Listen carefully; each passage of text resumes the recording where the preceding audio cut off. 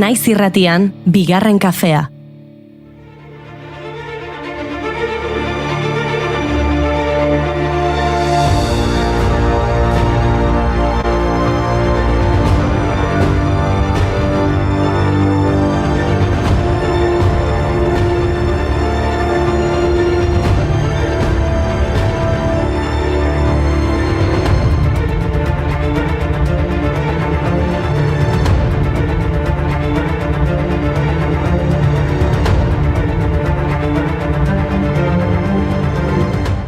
Egunon eta ongi etorri bigarren kafera. Gaur, martxoak 7 da. Bihar, emakumeen nazioarteko eguna izango da.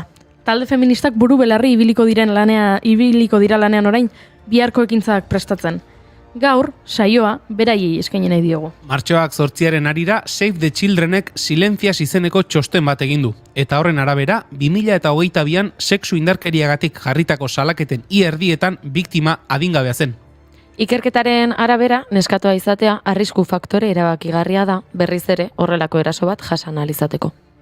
Bizi nahi du libre zure legeen kontra, zure usten kontra.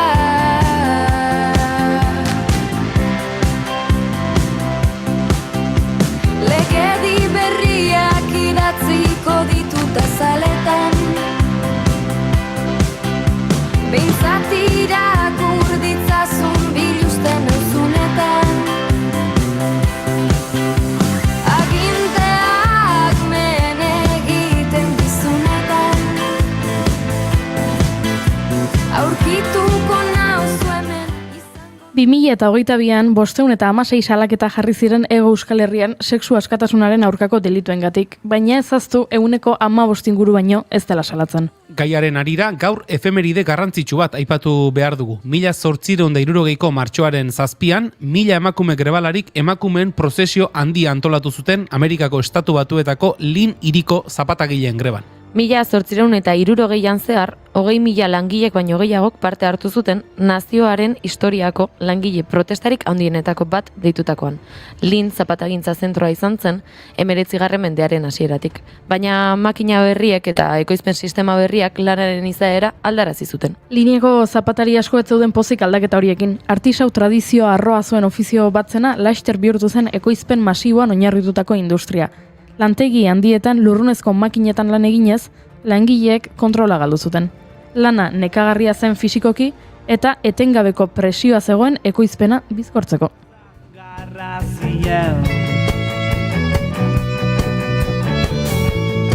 Zapatak zorua, zangoak zuzen, zintzoki zuzeu, zuzara ziurzu zarela. 1857an herrialdeak krisi ekonomikoa jasan zuen. Oinetako langile askok lana galdu zuten. Hurrengo urtean berriro kontratatu zituztenean, soldatak murriztu zitzaizkien. Gizonek, asteko, $3 irabazten zituzten eta emakumeek bat. Egoera horretan, Lineko lehen sindikatua jaio zen. Soldata igoera eta soldata egutegi estandarizatua eskatu zituzten, baina enpresaburuek uko egin ziotenean sindikatuak greba ditu zuen. Otsaiaren 22ko goizean 3.000 zapatari bildu ziren Linz Lyceum Hallen. Batzorde batzuk geratu zituzten eta zaindari voluntarioak antolatu zituzten indarkeria saiesteko.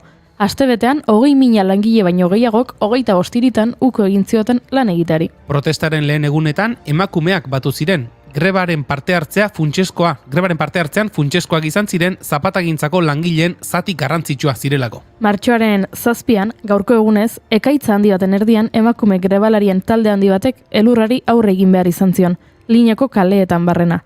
Amerikar damak ez dira esklauak izango, zioten kartelak zeramatzaten. Nahi dutena egiteko eta izateko, oztopoak bidean, itxaropena gotzen, beldurra gorputzian, sentitzen dutena ezatera. Eroso sentitzen naiz, sexy ere bai, zergatik ez, eroso sentitzen. Aipa ditzagun emakume gehiago. Gaurko egunez hiltzen Lina Stern erruso-sobietar zientzialaria. Genevako unibertsitatean irakasle titulua jaso zuen lehen emakumea. Eta gaurko egunez zendu zen Elena Cortesina dantzaria, kupletista, aktorea eta Espainiako lehen emakume zinema zuzendarietako bat. Eta gaurko egunez hiltzen Adelaide Pop, austriar kazetari eta politikari feminista. Emakume hauen guztien lanak museoetan erakusteko modukoak dira. Is that love still feeling bad? One day we will go home to the safety of our cloud. Don't let go. I need you to hang around. I'm so broke. Museoak aipatuta, bihurtu dezagun gure laborategia museo batean. Gaurko egunez jaio zen Piet Mondrian, herbeheretar margolaria. Destil mugimenduaren testu inguruan, Mondrianek abstrakzio geometrikoaren norabidea markatu zuen eta kulturaren aldaketa izugarri eragin zuen lehendabiziko mundu gerraren ostean. Memoria kolektiboan Piet Mondrian bere lauki ezagunekin lotzen dugu. Gorriz, urdinez eta horiz osatutako lauki zuzenekin zehazki. Agian ikuspegi erredukzionista xamarra da hori, naiz eta onartu behar den bere estetika geometrikoaren inpaktuak eragin handia izan duela artean, diseinuan, arkitekturan, grafismoan eta modan, eta gaur egun ere hala dela. Neoplastizismoaren bultzatzailea, Piet Mondrian abangoardiaren funtsezko figura izan zen. Hizkuntza berri baten sortzailea, mundu modernoaren bilakaerarekin bat zetorrena. Abstrakzio hutserako bere bidea 20. mendeko artearen historiako esperientzia pertsonal, eredugarri eta paregabearen emaitza da. Paint these colors on your friends. Paint them on you too. Lead a neoplastic life. Your little life will be alright. Entzun, ze Mondrianen bizitzako pertsona garrantzitsu bat gaurko egunez hiltzen. Alaxe da, gaurko egunez hiltzen Theo van Doesburg, herbeheretar margolari, olerkari eta arkitektoa, Destil taldearen sortzaile eta liderra izan zen.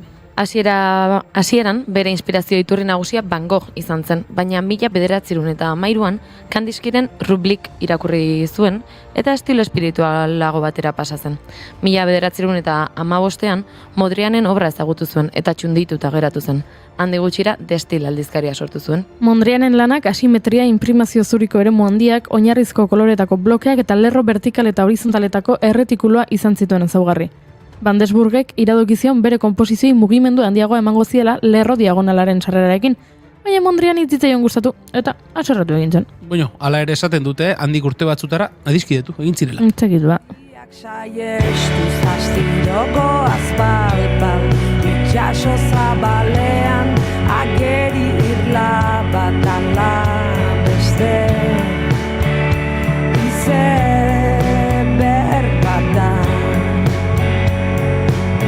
Deception Island duzena, sumendia izenak, baleaien zatiak, non nahi urgainean ubarroiak, arratoiak ez mezean. Erakusketarekin jarraitzen badugu, Alejandro Oterorekin egingo dugu topo. Gaurko egunez jaio zen Caracasen. Venezuelar pintore eta eskultorea izan zen arte zinetikoaren aitzindaria Venezuelan. Arte zinetikoa, artelanaren mugimendua elementu plastiko nagusitzat erabiltzen duen joera da. Pintura eta eskultura garaikidearen tendentzia artistikoetako bat da, mugimenduaren estetikan oinarrituta. 1955an bere lehenengo kolorritmoa egin zuen, argiaren eta espazioaren azterketa, alderik alde zerrenda paraleloez zeharkatutako ohol luzeen bidez. Urte artetik aurrera zenbait arkitektura proiektutan lan egin zuen, eta 1958an pintura sari nazionala irabazi zuen bere kolorritmo horietako batekin.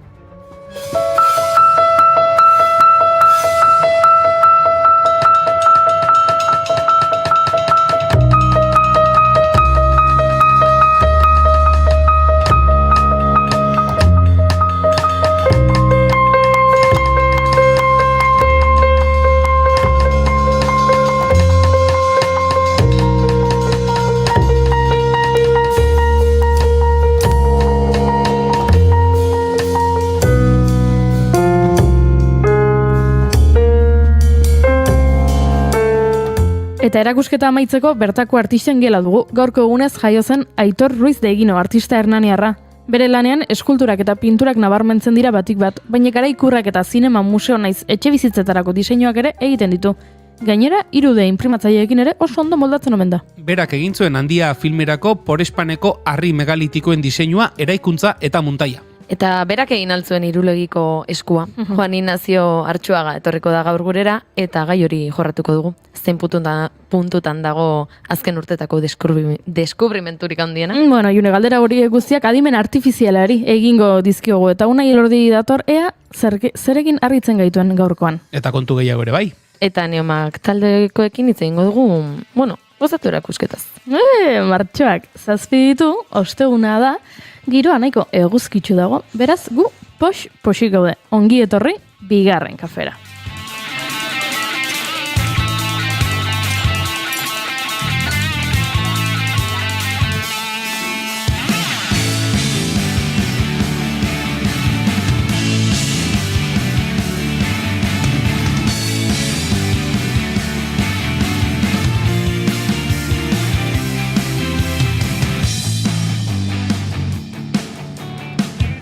Zuekin, June Romatet Ibarguren egunon. Egunon. Eta zuekin, Julen Goikoetxea Orbegozo egunon. Aita zuei ere.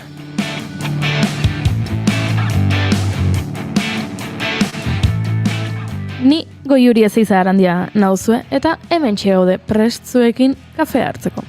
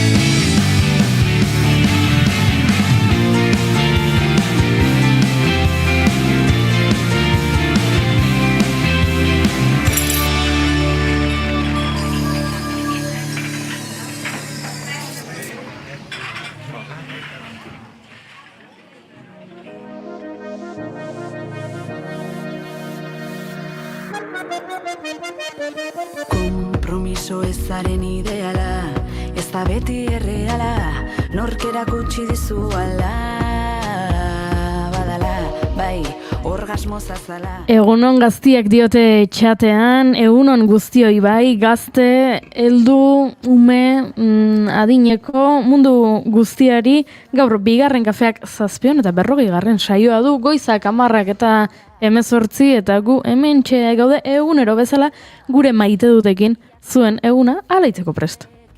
Behar duten lekua. Egia zaintza denez zalantzan eta plazerean. Egia zaintza denez zalantzan eta plazerean. Eta zer maite du June Romatet Ibargurenek? Gaur maite ez dedan zerbait ekarriko dut. Justo abestiakin pixkat. Harremana dugu? Bale, lotura. Bai, lotu daiteke noski. Denedoak egun bezala bihar martxoaren 8 da, eta nik uste Euskal Herriko kale gehienetan badabiltzala pankartak, kartelak eta deialdi ezberdinekin. Eta, gu atzo aritu ginen herrian hainbat pankarta egin eta pegatzeko prest, eta horretan genbiltzala, beste taldeko batzuk agertu ziren, haien pankartak zulatuta agertu zirela, eta haien logoa moztu zutela, eta gehiago egitera. Eta guk genekien hori gertatu zela, baina, esan genuen, jakin nahiko genuken horri izan zen, baina, ez genekien oso ondo izango zen, gaur goizean, atera naiz goizean goiz ama lanera eramatera, eta berriro ere, kale nagusitako batean igaratzeakoan konturatu naiz, haien pankartetan logoa zulatuta zegoela, gure pankarta batzuk ere falta zirela. Eta nire maitez duta hori da. Badaude hainbat gai agian ulertu dezakedana kontrobersia gehiago sortu dezaketela, ez? Eta horiek ba ezakit, kartelak eta pankartak eta horiek zulatzea ez zait ondo iruditzen, noskin ez zait ondo irudituko, baina ulertu zaket agian kontroversia gehiago dagoen momentu batean horrelakoak gerta daitezkela. Martxoak 8 bateko pankarta batzuk eta kartel batzuk hautsita eta alakoak ikusteak eta pentsatzeak zein izan daitezken hori egin dutenak eta bueno, guk idea bat badugu buruan, benetan sutan jartzen duze, azkenean da betikoa, ezta? Betiko petardak hemen egongo gea kaka ematen martxoaren 8an eta baita urte osoan zehar ere horrelako gauzeekin, baina martxoak 8 bat baino lehen horrela ikustea zuk egindako lanak eta zuk egindako esfortzuak, nekagarria dela.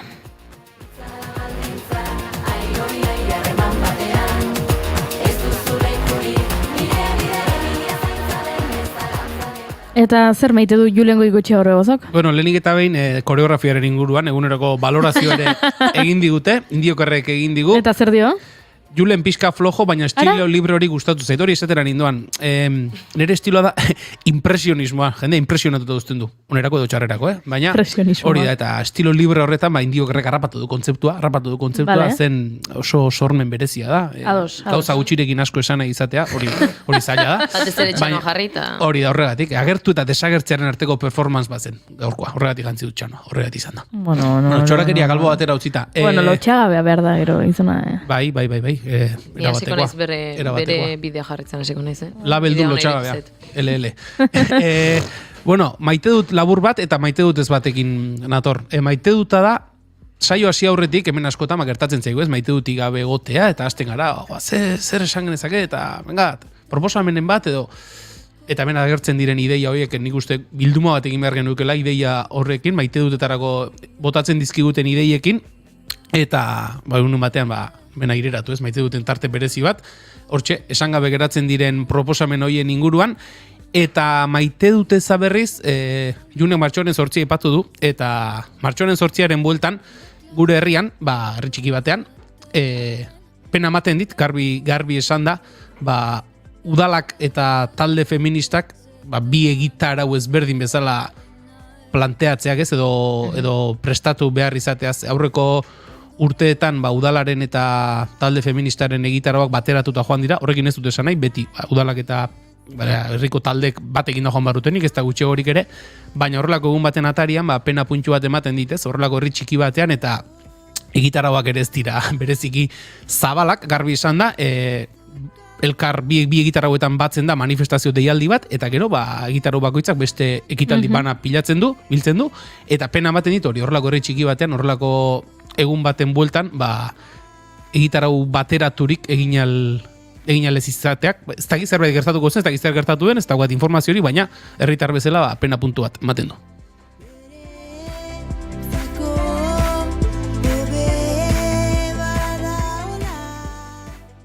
Eta hori zen zure maite duta? Maite dut eza. Maite dut eza, baina ez aldu zuran bizi erela. Maite dut esan dut hori, hemen esan gabe geratzen diren. Ez dira kaso zipitzi gehin, Juri? Kasorik. Hau martxa, hau. Musikarekin, bai. Ez saiatu konpontzen, askotan okerrago izaten da. Utzi bere hortan, eta listo. Lasai. Ez dizut, herrietarik egin horrengatik.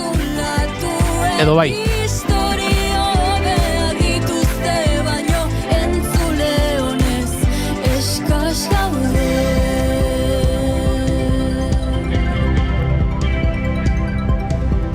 Entzule honez eskaz. Zu bezala? Bai, entzule honez eskaz. Abestiak diola. Entzule honez eskaz. Eta, vale, jazta, bio garela. Nere maite dutaz, gaiari heldoko diot baita nik ere, bihar martxoak 8 dela, eta horrekin pixka bat. Ikusi dut, Ilenia Benitok kontatu den, pasarte bat, bera supermerkatuan zegoela, tanpoiak erosten. Eta antxe zegoela ordaindu eta gauzak boltxetan sartzen eta atzean gizon bat zuela. Eta gauzak jasota azkar batean, ez? Askotan gertatzen da, ilara luzea dagoenean azkar egin dituzula gauzak eta dena jasota korrik alde egin. Da orduan ari zela eta bapatean atzeko gizonak barkatu eta Ilenia kuelta manduela eta tanpoiak eta Ileniak eskerrik asko eta hartu dizkio eta gizonak esan omen dio. Kopa erabili beharko zenuke. Kopa menstruala erabili beharko zenuke. Eta Ilenia, zur eta lur. Eta orduan isilik geratu dela, eta gizonak esan diola.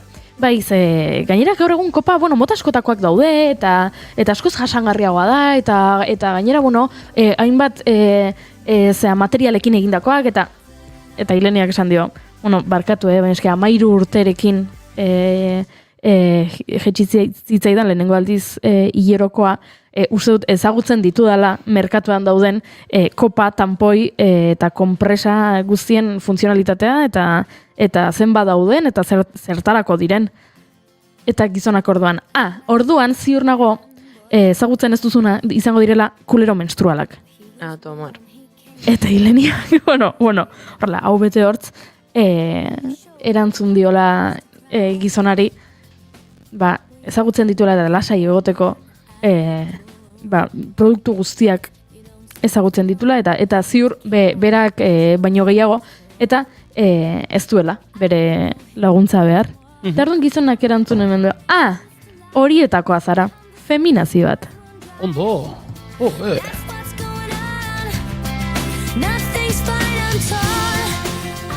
Eta entzun diot pasartea eta pentsatu dut, mansplaininga zer den azaltzeko oso ondo balio duen anekdota eta lotxa gutxi behar dugu, ez? Gizonak horrela RKR lotxa eta edukazioa. Eta edukazioa eta dena esan, eta beraz,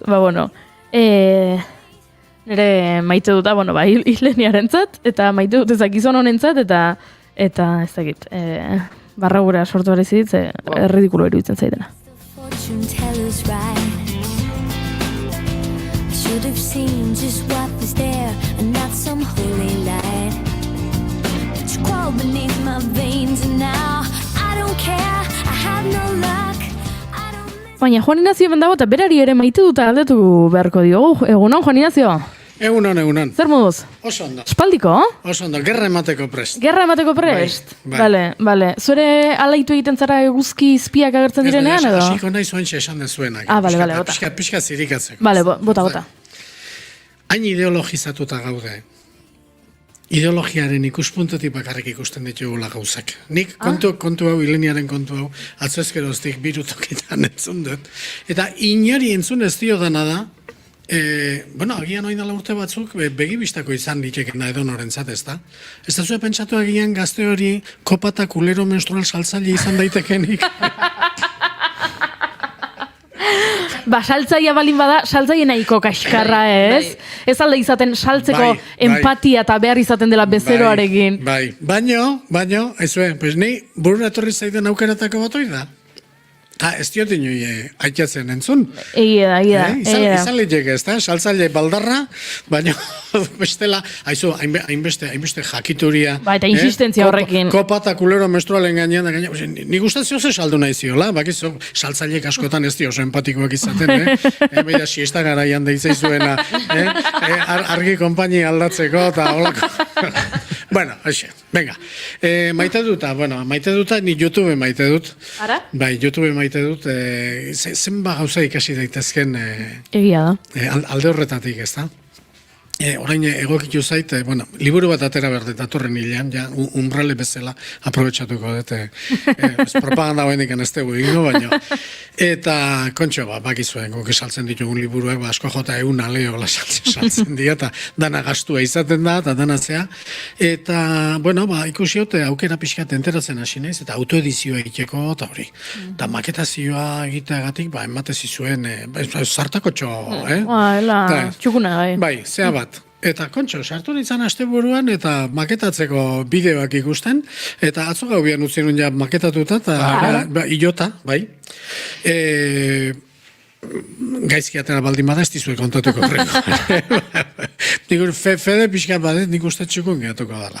Baina, kusiko dugu. Baina, dena den, horrelako batean, beste batean ere, ontzi garbigailuaren txip bat, bosteun euro gastatu beharren berrian, 25 euroko pieza batekin, YouTuberi esker, non desmontatu, eta nun zehatu, eta egila esan, hola, espazia bereziki manitas, eta gustatzen baldin zaizu enreatzea eta danetati daukazu. Dena, bai. Gozada bat izatea. Bai, guztiz ados nago zurekin, Juan Ignacio, iruditzen zait, ez dugula nahikoa baloratzen, han dagoen jakituria, eta nola... Zugarria. Gainera oso zehatza, ze zure garbigailoa izan daiteke 2007ko ez modelo ez etxetakoa, eta nerea 2013koa, eta jartzen baldin badugu izena espezifikoa, bietarako bakoitzak bere bideo aukiko du, eta guztiz ados, nago, Juan Ignacio? Ikasteko, soporte hori, euskarri hori, grafikoa eta irudizkoa eta orain esan berri dizuedan lan horietan, arazotako bat zan, PDF-ean fuenteak inkrustatu egin behar nitula, ez da? Eta 6 web horri oidana esplikatzen zutenak, oite bera irakurri eta ezer ulertu gabe pasata gero, azkenian YouTubeko batean, antxe, dana ikusita, ze pauso, 1, 2, 3, dana. Izugarria da, ikasteko. Marabila da. Gora YouTube eta gora zu, Juan Ignacio.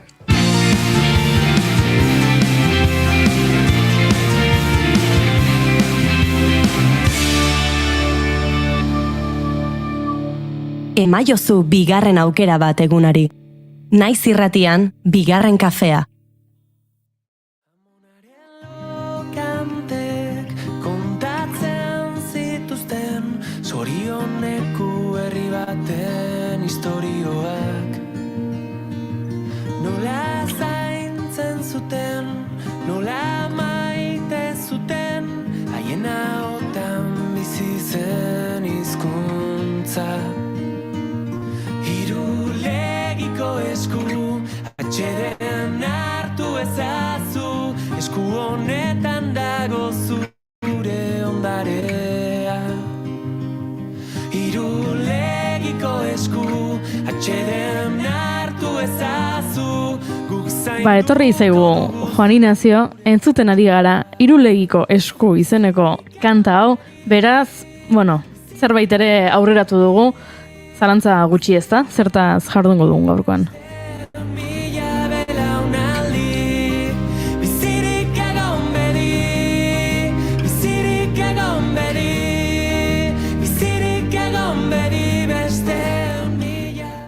Bakoitzari berea gizalegea, hori izan ziteken baita gaurko sekzioaren izenburua, ez da, Juan Ignacio? Bai, hola izan ziteken, naiz eta oso orokorra den, ez da, gauza askotako balio duen alderretatik, ez da oso izenburu, kazetaritz aldetik ez da oso egokia. Denokate begir, sua bizirik mantenduko du, itzezitz, irulegiko esku. Izan ere, izenburu hori du hainbat edabideetan, azken egunetan Irulegiko eskuaren aurkikuntzari buruz, irakurri izan dugun testuak, hainbat sinatzaile dituen testuak, eta hori azaltzera etorri da, Juan Ignacio. Bai, esan den bezala, izenburua etzan batere egokia eta luzera ere ez. Horregatik ez dakit azkenien zenbat egunkaritan argitaratu dan paperetan, baina, arazoak zeuden horretarako, nik ustetan ez da argitaratu, bai edizio digitaletan bai argitaratu da, baina, hortikan beti edapen txikigu izaten du, ez da. Irulegikoaz baino, hori baino orokorragoa, ez? Irulegia hitzeki hartuta, pixka bat, gure filologia ofiziala zertan da bilen, eta nola lan egiten duen, eta, hainbat gauza kritikagarri azaltzeko, ez da? Eta ez da nire kezka, talde batek sinatu du, eta sinatu ez dutenen artean badago redakzioan parte hartu duenik ere, hainbat jende, bere posizio instituzionala eta eta diela eta nahiago izan duena sinatzea, baina horra azaltzen dien kezkak hor sinatu dugunenak, baina espektro zabalago batenak dira, ez da, orokorragoak dira. Dena den, orokorrean hitz egingo dudanez, eta irulegikoa alde batera utzita, ez dakit agian aurrena irulegikin bukatzeko, aipatuko dut AEKako korrikaren egitarauaren barruan, zizurkilen, hile honen 20an, irulegikoari buruzko hitzalditxo bat eskatu didatela, eta antxe, Plazida, ez nahi zuatzen nola dan? Plazida Otaino liburutegian. Plazida Otaino liburutegian izango da, hilaren 20an, irulegiko, txukun eta presentazio bere PowerPointekin, da bere filminakin, da bere zekin, da, bueno, pixkatola gauza interesgarri bat egiteko. Bueno, karta... Arratxaldeko, bueno, esango dugu, dena esango dugu. Ondo esan. Itzaldiaren izenburua da, irulegiko eskua, benetan, ez da ezer ulertzen? Galderarekin, Juan Ignacio Artxuagak eskainiko du Plazida Otaino liburutegian martxoaren 20an arratsaldeko 6etan.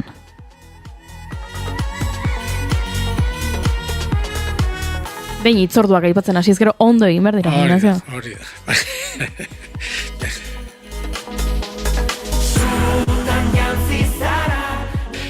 Kazetari ez naizela seinale dut alde guztitatik. Beraz horrekin irulegikoa alde batera utzi, eta pixkatu orokorrean hitz egiteko. Ezta horre, gutun horretan egiten dana, azken finean da, nolabait errepaso bat, 30 urtetako errepaso bat. Ikusi, gure filologoek egiten duten euskara zaharroien berreraikipenak zertan zeuden, duela 30 urte, eta nola enfokatzen ziren, eta gaur egun nun gauden, ezta? Eta hor oso nabarmena da, eta hor hainbat testu aipatu ditugu, zadiko ez gu ez gatoz filologoi kontra egitea, gure hitzekin, baizik eta beren hitzak, orain dela 30 urtekoak, eta beren praktika, oraingoa, konparatzeara, ezta? Beraz, ez du inundik inora pretenditu nahi haiek baino gehiago jakitea, baino ze ibilbide egin duten, hori da pixka bat, hemerotekara jotzea bezala, ezta? Ze esate zenuen leno, eta hori zertan zabiltza konparazio hori egiteko. Eta hor hainbat bakandu ditugu, hainbat paragrafota, beraiek idatzitakoak, bai Michelena, bai Lakarra, bai Gorrotxategi, bain dala 30 urte ingurukoak, eta gutxi gora bera, esaten dutena da, batetikan, berreraikipenaren aldetik, berreraikipena alegia, saietzen dienean arau fonetiko batzuk argitzen, eta gaur horrela esaten den hitz hau lehenago nola esaten zen, eta, nolabait esaten dute, matxardakin heldu beharreko kontu badala, ezta? Igual matxarda zer dan argitu beharko dugu. Horixe esan behar nizuen, bai. Matxarda die egurrezko pintza batzuk bezala, gaztain morkotzak biltzeko, arantzakin ziztatu gabe. Matxardakin heldu beharrekoa. Eta behak esaten dute, kontuz eta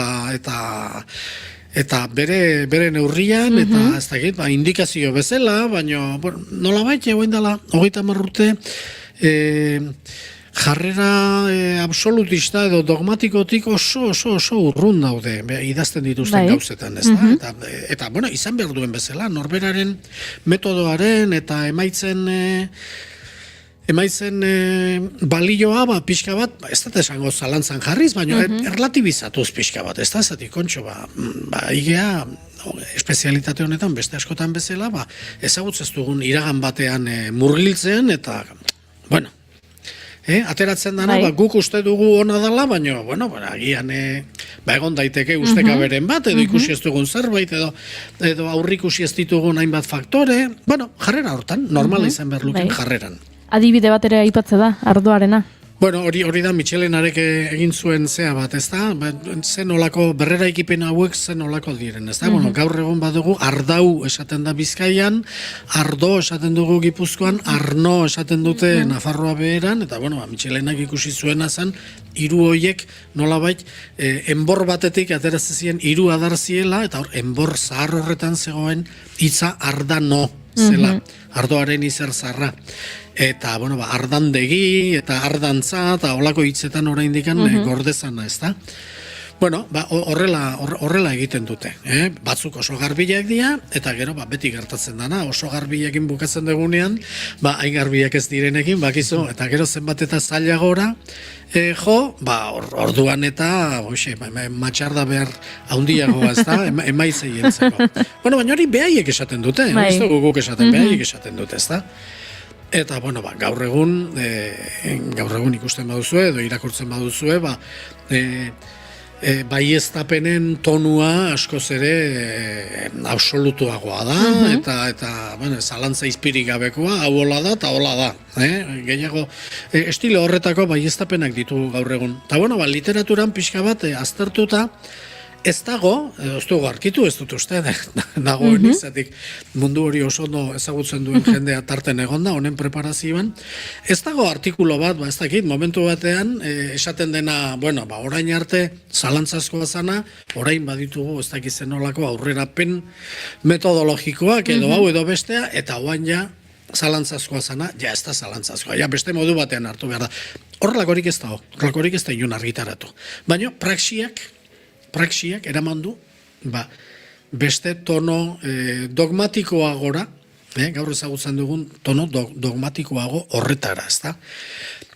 Hein batean normala da, zetik datu gutxi dagoen tokian, eta hemen zoritxarrez, bueno, oaina azaldu da zerbait, Irulegin, eta zen, eta Iruña beleian lehenago, baina datu gutxi dagoen tokian, eta horri buruz, errota jiraka eta jiraka daukazunean, azkenian bukatzen duzu, hasieran hipotesi bezala ikusten duzuna, autokonbentzitzen bukatzen duzu. Hoi prozesu bada, psikologoek jakingo dute, hobeto nola deskribatu, baina espezialide guztietan gertatzen dena.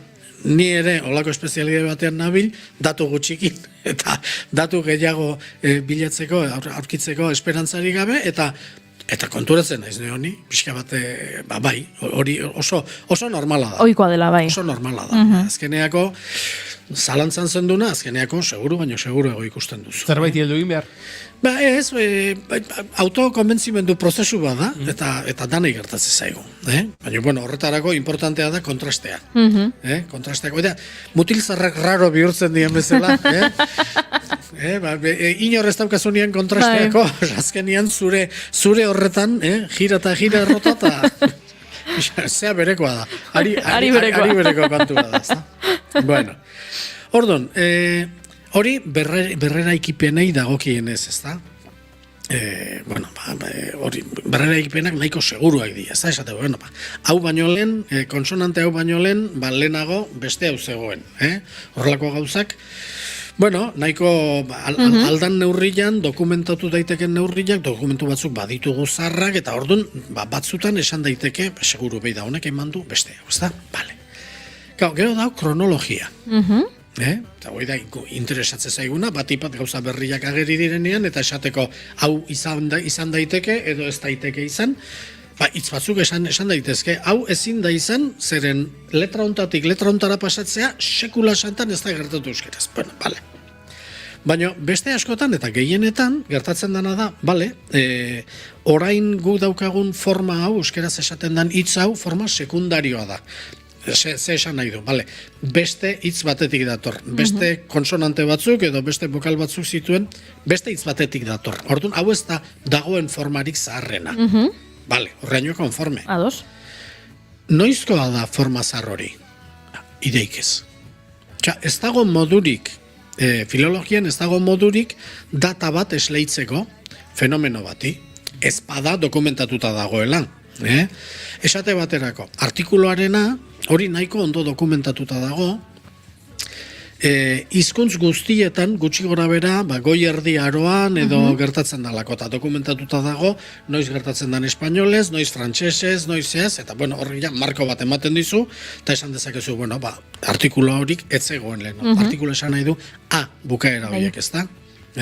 Arretxea, esan baino lehen, arretxe, esatezan lehen, edo, ez dakit, edo zein hitz, hori berria da, eta gaina datatu daiteke gutxi gora bera, inguruko hizkuntz guztietan fenomeno hori batera gertatu zalako, artikulu hori ez zegoen leheno inun, ez latinez, eta ez latinaren ondorengo hizkuntzetan, eta ez da euskeraz ere, eta hor, azaltzen diren gauza zaharrak, badirudi hori konfirmatzen dutela, ez da? Baina, gero ez dakizuna da, beste gauza bat, batetik ez dakizu, normalean, evoluzioetan data bat esleitzen ez dakizu. Bat, Michelenak esaten du, ez denik esaten. Eta bestea, ez dakizu ez dare, forma zarrak eta berriak alkarren ondoan zenbat denboran egon diren. Esate bateko, esatu, genitibo zarra, etzan ren, zan re. Inigore. Inigore ez dakize. Ba, nire eta zure eta ene gabe dien bezala. Baina, bueno, gutxinez, 1200-1500-dik 1500 bilak daude batea. Zenbat denbora egon dira bilak batea? Baina, ez dakigu. Ez dakigu. Bestea zarragoa da, bai, daiteke zarragoa da. Zenbat denbora handian alkarrekin, ez dakigu. Gaur M daudenak dia, leno B zeuden bat, edo MB, bestera NB. Ez dakigu noiz, baina esate bateako badakigu senbe, Akitanian senbe daunian, Kristo ondorengo lehen mendean, beste aldean, Soriako inskripziotan, umme, bi emekin ateatzen dela, ja, kanbio inda. Bestela esango goendun, ez, ume azaltzen baldin bada, ume, ez, zati beida, senbe daukagu, eta izan behar du MB, eta azaltzen bat zaizu 5. mendean M, faltsua. Claro, hor azaldu da, arrizko zea baten, inskripzio batean, eta orduan, badakigu, baina horrelakorik ezean, ez dakigu ezer, zenbat egon dira elkarren onduan? 100 urte? 500? 1000? Euskalki batean bat, beste euskalki bat, ez dakigu. Orduan, aulezi hori ez da esaten, esan nahi dute, bueno, Iruña beleiakoakin, eta generalen nola hitz egiten dan, hau ez da ulertzen, hau ez dakize, hau ez da euskera, kategorikoki. Oso kategoriko, oso dogmatiko, ez da? Eta, bueno, gauza egidanak aztuta baleude bezala, eta hori ezin da esan. Irulegikora itzulita, ez da? Ez dugu ezer ulertzen, hau misterio bat da. Horla, hitzoiekin esan da.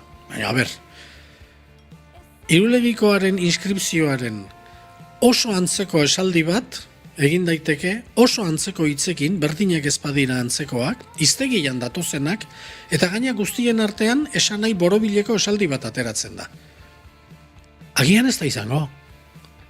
Baina esatea, hau misterio bat da, ez dugututik ulertzen, ez, esan beharko dezu, hau ez dator bat, guk imaginatzen dugun garai hartako euskararekin. Itzegin ondo, itzegin behar dan bezala. Hori esatea edo esatea hau ez da oso desberdina da. Claro, edo hau ez da zer ulertzen. Euskeraz gehien dakitenak esatu dute hau ez da zer ulertzen, eta jendeak esatu, bueno, pues, hau ez da euskera izango. Honezki zer esango dugu hauek badiote? Guk, ez? Hau ez da euskera izango. Eta orduan, pertzepzio hori zabaltzeare, ez da egokia. Beti, esaten baldin badezu, hau ez dator bat, guk garai hortarako espero degun euskerarekin. Vale. Orduan, dudan jartzen duzu hori euskera izatea, eta aldi berean dudan jartzen duzu zure metodoa egokia izatea. Bilak aizea itatzen. Eta, bueno, esaten genduna, matxardakin hartu beharrekoa, eta kronologia bat esleitzeko ezina, gehienetan, eta Arsenal horrekin ez zaude elefanteak izatzea joateko. Txan nahi dute, bueno, eta hori esan behar da. Eta ez da esaten. Orduan, oso estilo itxusia da, nik hemen behin baino gehiotan aitatu. Eta alde batetikan ulergarria da. Ulergarria da, zetik, jende honek asko daki, asko ikasi du, eta aldamenean jartzen zaio edo zein, esaten genduna, tabernakua, eta esaten hau euskera da, eta honek esan nahi du, hau eta hau. Kulero menstrual saltzaia. Iztegiari mediatur egin gabe. Hemen esaten du, ez dakize, eta bakize, eta, bueno, harrikada dun asko dabil, bastarretan. Eta orduan, horren arreakzioz, pixka bat, koska bat gorago jarri naia edo, bueno, alde batetik ulergarria da, baina, bueno, ulergarria gauza asko dira, ez dakit, nola esatea, itxa etzait etortzen noin, psikopatek eta 30 lagun akatzen dituztenian, serial killer hoi ere ulergarria da, psikiatra batentzako ulergarria, ez du esan nahi ondo dagoenik, eta orduan, jarrera horiek pixka bate, besten gainetik jarri nahia, edo horren inguruan hitz egiten duen jendearen gainetik jarri nahia, eta hoi, bueno, vale, neurri batean ulergarri da. Baina, bueno, zu batez ere nahi baldin baduzu zientifiko izan, eta zu zientzialari bezala, eta hitz hori aldarrikatzen dute bere buruaren zat, ez da, hoik ez dira zientzialariren jarrerak. Zientzialariak beti jarri behar du zalantzan dena. Zientzialari izatea hori da, zalantzan dena jartzea, ariketa, bueno, seguru baino seguruagoa ez den arte, ez da? Eta alde hortatik ez dugu hori ikusten, eta bueno, hori da pixka bat protesta, gutun horretan azaltzen den protesta, hor estilo aldaketa bat behar da, eta batez ere, zaintzea izkera, zaintzea zer esaten dan, nola esaten dan, eta jendeak zer ulertuko duen esaten dan horretatik, ez da? Pixka bat, bueno, nik inguruan sumatu edana, eta horregatik sortu da, badao, aspertze, edo ja esatea, nahikoa deu, urrunegi joatea da, horrela ezin da hitz egin. Hori da pixka bat. Egia da, esango nuke askorentzat izan dela pixka bat, izaten dira ze atrakzio parkeetan, nola izan haute? Errusiar mendiak izan zela, esan zigutenean, ez? Agertu zela Irulegiko eskua eta sorioneku eta hitza zela, jendeak tatuatu zuen, sorioneku, besoetan, kamisetak egin ziren, 17 bat markak erregistratu zuten Irulegiko eskua, ez dakize, sorioneku, dena abestia egin zen, denetarik, eta bapatean pixka bat gainbera, ez? Eta ilusio hori genuena, bapatean zer gertatu da ilusio horrekin, eta gainera oso azkar gertatu da. Eta nabaritzen da, bai jendearen artean, pena puntu bat ere badagoela. Bueno, Elena osan genduen oskorrirena, hartoa zeigu zoritu, hortxe da, euskera da, Eta hortik dijua, zorioneko ze hori segura asko. Orduan, bueno, euskera da nik, en fin, nik uste nahiko garbi dagoela. Ia etortzen dan, ez dakit etorriko dan, zatik pulpitoan itota da honari, gesteak kosta ikezaio. Eta, baina, bueno, benetan izkera aldaketa hau, eta esatea hau ez da guk espero genuena. Hau ez da guk gure modelo teorikoetan garai hartarako espero genuena. Asko zegokiago da, horrela esatea. Eta, bueno, dena den, garai hartarako espero genuena esatea, data bat esleitzeko modurik ez dagoenian, hori ere oso ausarta da. Nere uste apalean. Eskerrik asko Juan Ignacio, gonbitea egin dugu, martxoako 20 izan dugu, Plazida Otaino liburutegian, arratsaldeko 6etan, Juan Ignacio entzuteko aukera izango duzu. Itzeman berda, izena eman berda joateko, badakizu? Olakotara laukatu etortzen dira. Bazpare, ez gure entzulei ari gara kontatzen da. Musikoak zeate, eta musika sarrerak bukatu ikendia eta olako gauzak, baina gurean ez da olako ikertatzen. Gutxi batzuen sarrerak agortzen dira ez denenak. Eskerrik asko Juan Ignacio eta zuei, aukera mategatik. Venga, agur.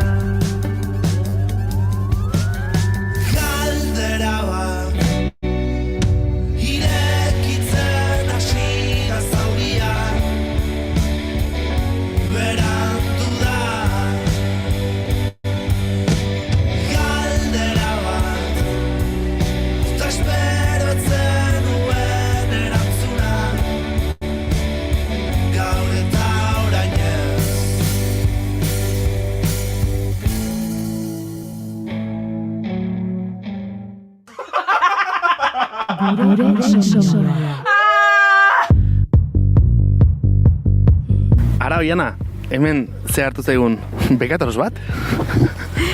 Hemen gurekin da Dom, Euskal Ilustratzaile Grafiko eta marrazkilari feminista Beka Torosa, guk dakigun arte behintzat.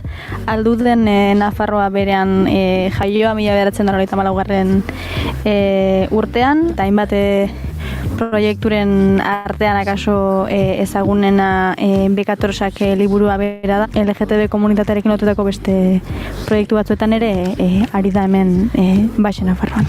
Nolatan hasten da proiektu hau, edo nolatan sortzen da gogo hau?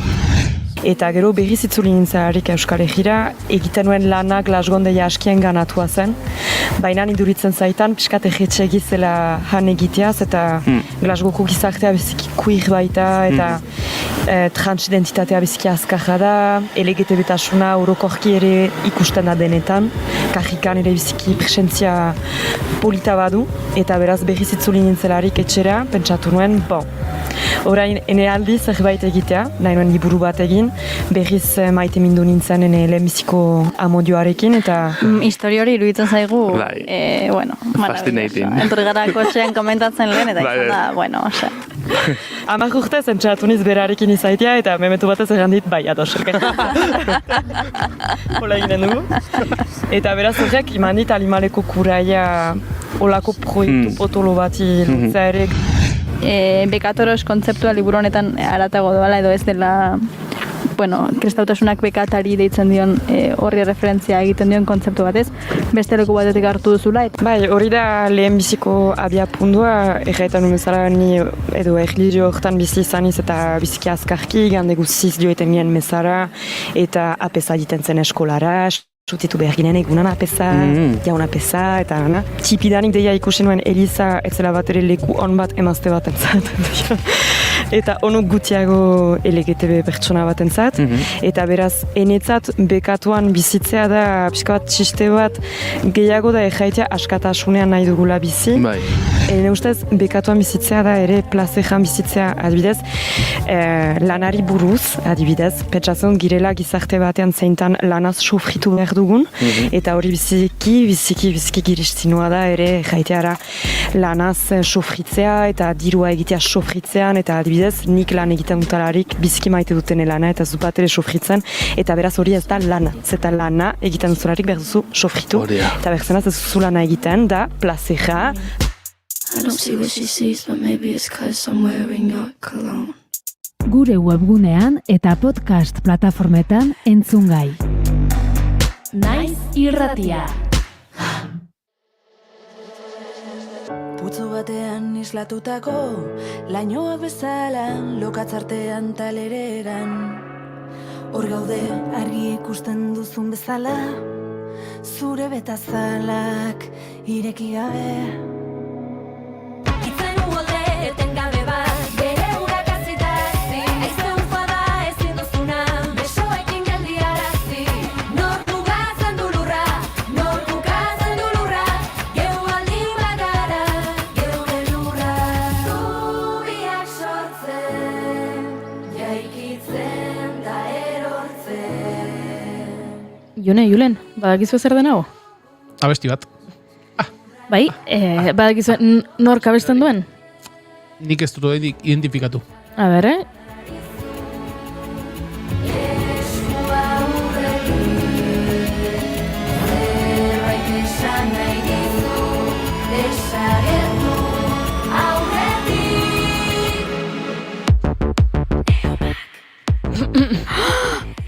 Asmatu dut, bakit. Ez duzue asmatu, esan egin dute.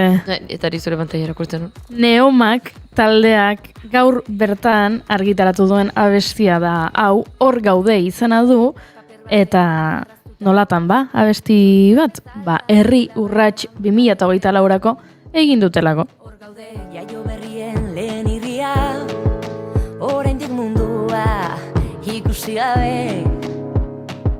Itzen uholde etengabe bat, bere urak azitazi, aizte ufada. Laster beraiekin hitz egiteko aukera izango dugu, baino guk ja dagoeneko abestia entzun nahi genuen, eta abestia erakutsi nahi genizuen, eta hauxe da, esan bezala Neomaren hor gaude. Letrari dagokionez, Nerei Bartzabal, bertsolari bizkaitarrak egin ditu, eta besteen kantuan esan dugun bezala neomatarrak. Entzun, entzun.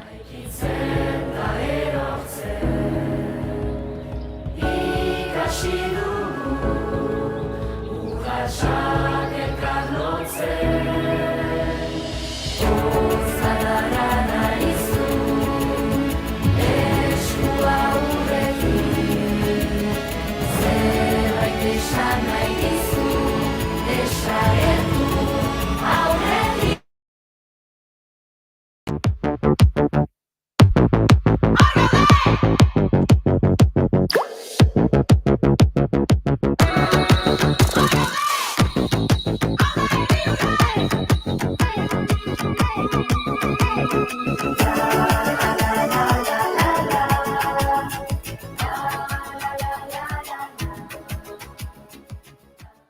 Hauxe da esan bezala Neomak taldearen hor gaude, herri urratsentzako egindako kantua, baina goizeko 11 dira puntu-puntuan eta guk naiz irratiko estudio zentraletara joan behar dugu azken ordua ezagutzera. Egunon, Egoi Belategi.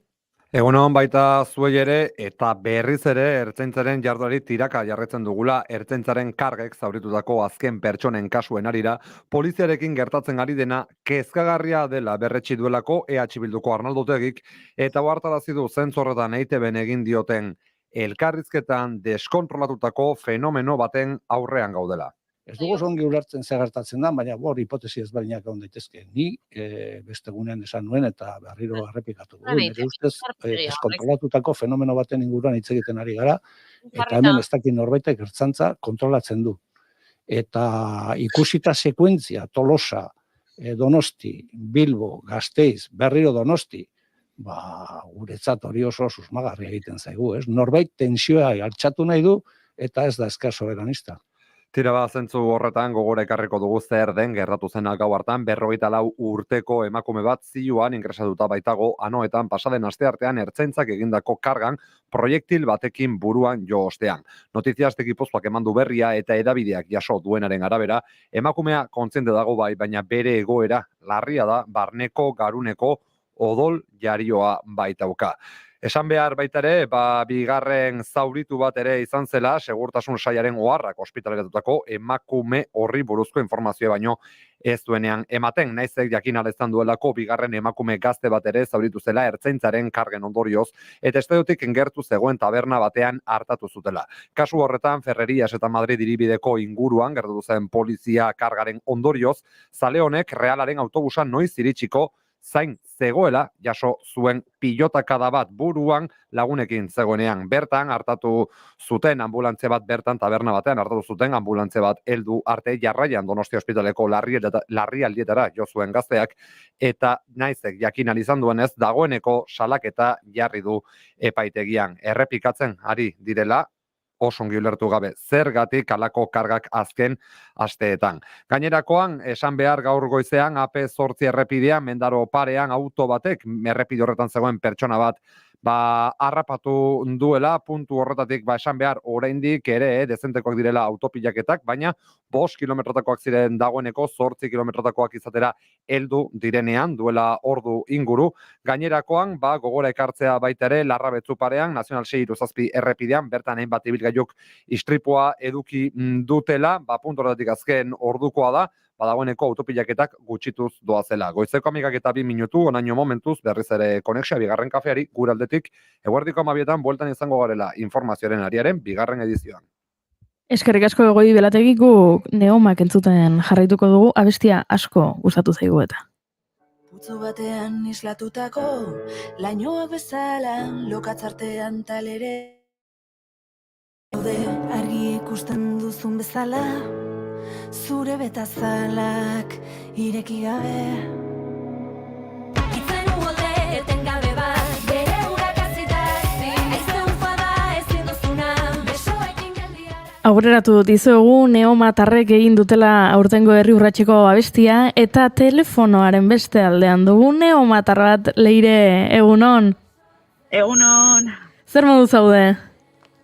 Oso ondo, oso pozik egizia esan, gogo onditza gauken bazik esan duzun bezala herri urratseko kanta erakutzeko, bideoklipa bai, denpora asko gehi ezertan ganien, eta gaur oso pozik, Sekretua, etzen guztiz sekretua, bagenekien zuek egin bertzen dutela abestia, baina pentsatzen dut, bueno, azken asteetan ja data jarrita zegoenean noiz argitaratuko zen, hien luze egiten dela, ez? Itxaron behar hori.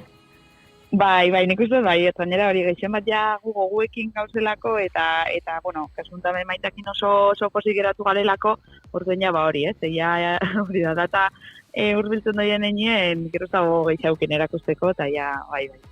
Zer pentsatu zenuten, dei hori jaso zenuten, bueno, ez dakik, deia, emaila, WhatsAppa edo afari batean esan zizueten, herri urretxeko abestia, bueno, egitea egokitu zitzaizuela. Bai, bajo, gizera guretako izen da oso berezitza prozesua bera, eta, bueno, proposamena be oso berezitza izan zen momentuen, bueno, aurreko urtien bere herri urratxen egoteko aukera auki gauen, baina bai geratu ginela pixkat erdizka, ez? Zakitu goratzen dozuen, egualditza dela eta, bueno, oso zaila izan zela eguneko programazioa aurrera ateratzea, eta besteak bestegu kontzertua bi aldiz zaiatu ginen azten eta bertan bera itxi behar izan gauen, eta, bueno, Bai geratu jakun alako arantzatxo batez, batez beuren gatik, eta alako egun bate holan zakustea pena bat izan zalako orduen. Egitea da, urten ja heldu jakunien gainera kantua itxeko proposamena, hartu deula ilusio berezi batekin, eta gogo berezi batekin, osea, oso pozik.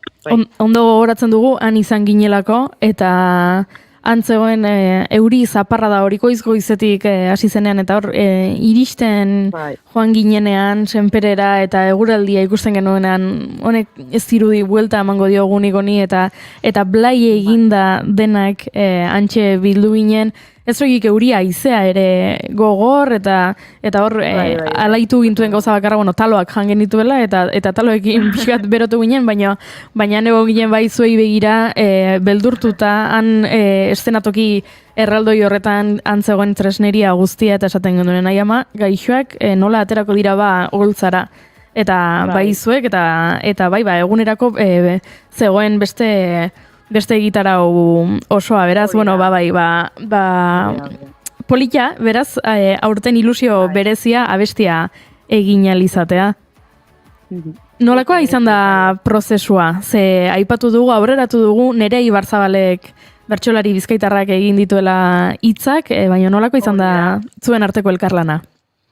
Jo, egitxesan alde hortatik oso eskertuta gauz, gu gogoa dukenez, berai proposamena luzatzeko, lehen hau pentsauta gauken beste lan batzutarako, berakin kontetia, eta bazan zuzer hortxepetik gaukela, bueno, gune maten igual proposatuko eta eta aukera hau sortu zanean, bai ikusi gauen, oso momentu gokitza izango litzakela, eta gure partetik bintzat asko guztoko jakula berak parte hartzea, eta izan biharra dugu gainera, bere erantzuna izin zela pasada bat, justu zen, txapelketako garai hori, berabe superlanpetuta beste mila proiektukin eta bai eskua eta ilusio handia jaso gauen bere partetik lehenengo momentutik, eta oso erresa eta polita berakin da naizia egiten.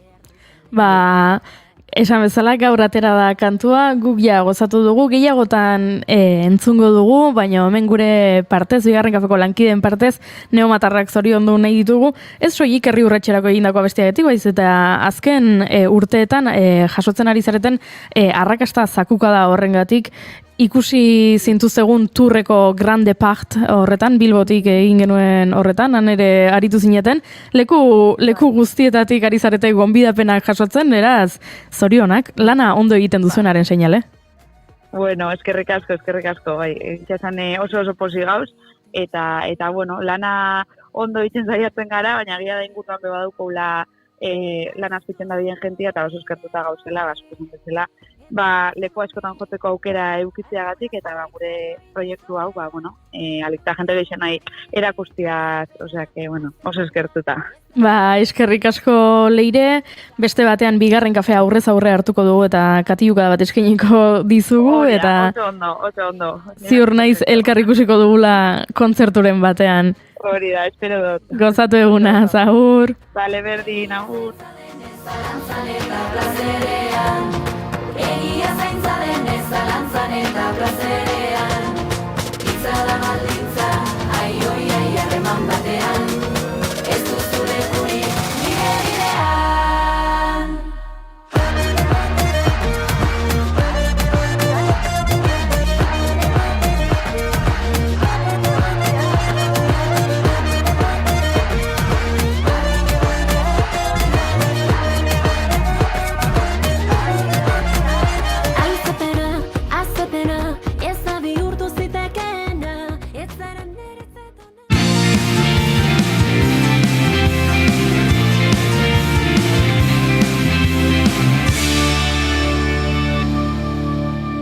Bigarrenak ez direlako beti okerragoak.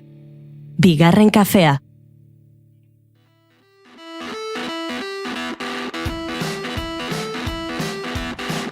All the body's not fair. Don't worry, man, you get scared. Whatever happened to your hero, she can be free. There's not fight more. So there's to find that key. You come and get a shower, please. Status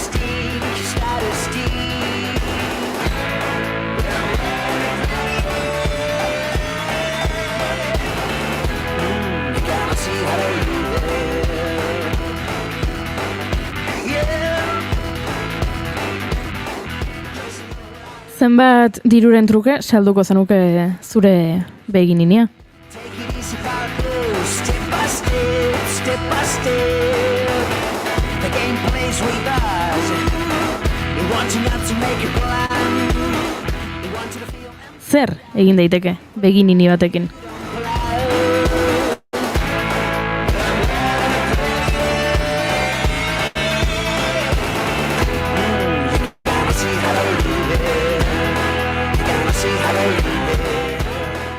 Eta zer dio Europak honi buruz?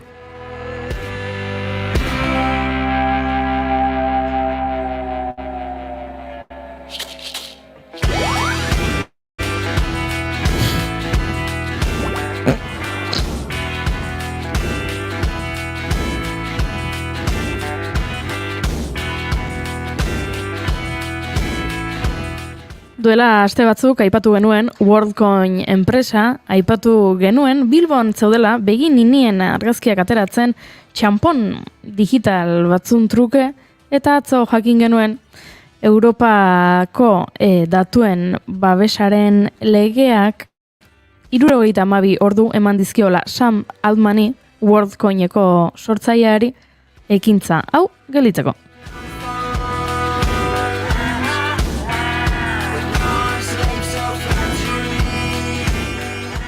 Eta nola, Unai Elordi Hidalgok eman zigun, ekintza honen berri, gaur ere, gurera gonbidatu dugu, horretaz hitz egitera, ea zer iruditzen zaion, Europak hartutako erabaki hau. Egunon, Unai Elordi Hidalgo?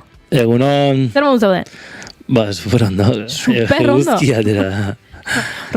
Gusto ematen du, super ondo. Super hitzan nik uste asko erabiltzen dela, igual nire garaieko jendeakin, ez dakitu hain, beste hitz bat erabiltzen da, baina super nik asko erabiltzen dut bai. Zer iruditzen zaizu aipatu dugun albistea? Albiste hon bat, baino oso berandu datorrena. Oso berandu dator, dagoeneko, milaka eta milioika. Milioika beginini datu biometrikoak dituelako Sam Altmanek. Nik behartuko niona izango zen beginini guzti horiek bueltatzea. Borratzea. Eta hori ez dute egingo. Eta hori ez dute egingo, super rixa da, kopia de seguridade bat, ite dezu beste toki batea, eta listo.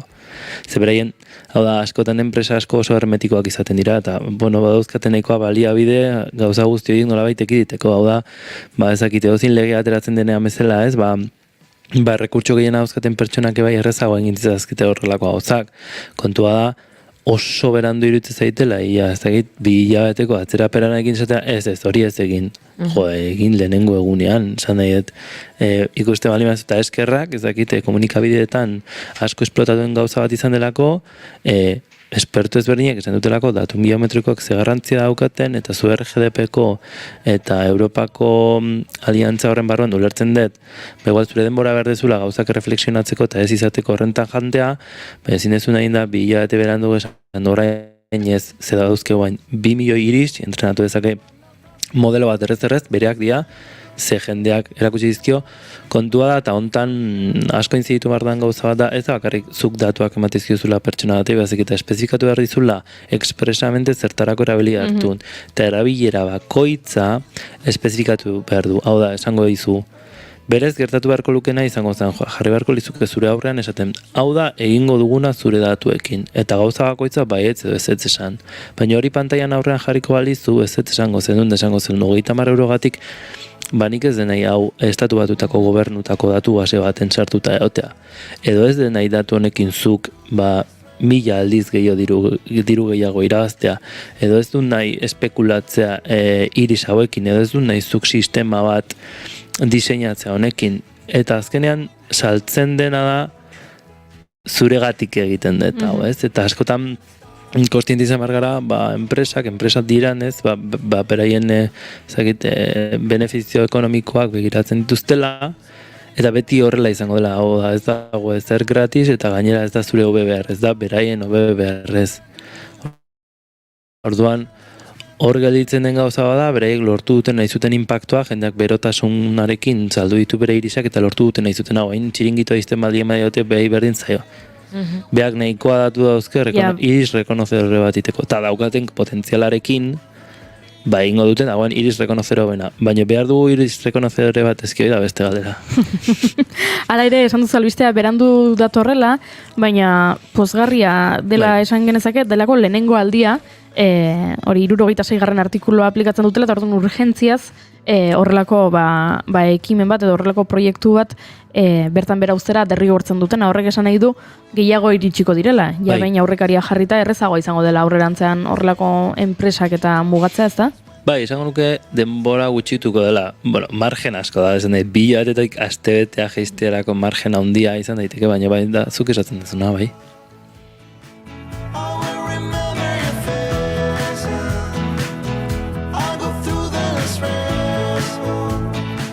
Baina honek ere ekarriko du buelta, berriro ere, beldurra eta izua eta askotan aipatu ditugun gaiak izan dira hemen, eta orain jende asko gongo da albiste irakurrita esango duena ikusten adimen artifizialak kaltegarria da, hau adimen artifizialaren mundukoa zen, eta segurtasuna behar dugu adimen artifizialaren kontu honetan, eta berriro ere beldurra.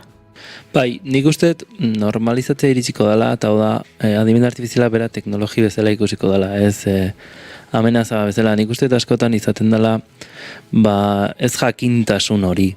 Hau da, nik ez dakit zertaz dijoan, baina niri gauza batzuk kontatu dizkidate, eta nire informazio inturria handiena interneten dago, eta interneten idazten diren gauza asko ez dira gure hobe beharrez ere egiten, monetizatzeko egiten dira, beraz. Ikusten duela, eta segura asko, entzule asko pentsatuko den zerbait da, ez? Behin eta berriz esaten digutela berdina, ez? Adimen artifizialak daukan gaitasunak gauzak egiteko, hau, erreala dela, erakusten digute beti politiena, hori ere kontutan hartu behar da.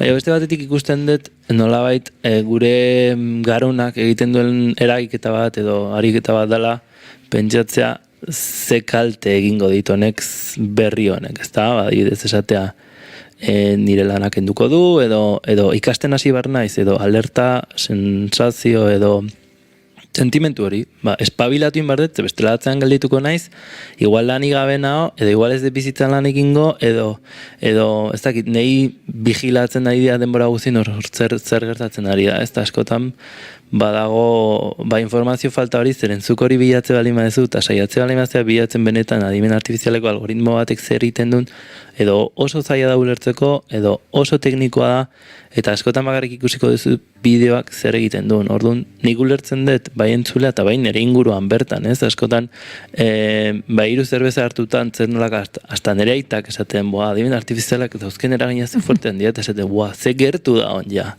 Osa, pandemia bada, eta pena baten dit. Hori gertatu da aste honetan marrubiekin. Marokotik ekarritako marrubiak hepatitis A daukatela, eta orain gomendatzen dutela txertatzea, eta ja albiste hori zabaldu zen 3 segundutan, eta ja mundu guztia erotuta eta txertoa behartzela, eta hori ere bada, ez? Gaur eguneko gaitzetako bat, azkar zabaltzen dela informazioa, baina are azkarrago desinformazioa. Eta baita beste gozat sartzen duna, eta nire pertzepzioa da, baina igual nirekin konpartitzen dezu edela, ikuste jende pilo bat esaten zuri zer inbar dezun. Mango izkizut 5 konseju zure enpresa horra joteko. Mango izkizut 5 konseju bizitan zoriontsu izateko. Eman behar izkizut ez diazu eman behar zer. Kontua da, ia, hain azkar bizitze horren, edo hain hiperkonektatuta bizitze horrek, ez digula denbora baten pentsatzeko. Eta azkenean esaten duzu, zoriontsu naiz gaiu guztia bedazketarako ez posible ba, aksesibilitatea handiago aukitzea, edo notizia bat azkarago propagatzea, edo gauza gehiagotaz informatuago egotea. Baina besterik ez. Orduan, hor badator, nik uste beti esaten deten gauza bada, revoluzioa dator ezakit piko bihurtu nahi izate hori da, baina ikusten dut web horriak etorritzean bezala eta online salerosketa etorrizan bezala denda guztiak esatzen zuten, denda guztiak itxiko ziala, eta ikusi dut nola normalizatuen da gu orain gure adineko jendea eta gu baino gazteagoak ze normalizatu dauketen online erostea. Ez beste erosketa mota bada, bueno, adosago egon zaitezke edo ez, baina hor dago eta bizikidetza bat dago eta konturatzen da, adibidez gizakia, oso prest dagoela bere herrian bertan erosteko eta ikusteko ze plazerra dan, zure herritik paseatu alizatea beste jendearekin hitz egitea eta beste jendearen aurpegiko mikroespresio fazialak ulertzea eta horrekin disfrutatzea ze horregatik gara gizakiak. Adimen artifizialekin iruditzen zait antzeko zerbait gertatu daitekeela, kontua da piko hori ez, aurrerapen piko hori ikusi duna oso altua izan da. Eta orduan, jendea ematen dio, ez dakit, egoain jendea asko listoa da, hori dezurra dela, edo adimen artifiziala horren listoa da, adimen artifizialakin ez dakizema gauzain ditula, orduan, percepzioa da problema.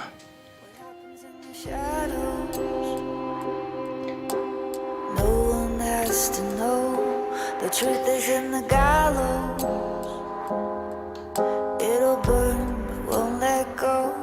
A whisper in the dark. Baina boom honekin, adimen artifizialaren piko honekin edo boom honekin ere iritsiko da adimen artifiziala adimen artifizialetaz nola babestu edo honen segurtasun arazoak eta hor ere badago, ez? Lan hildo bat.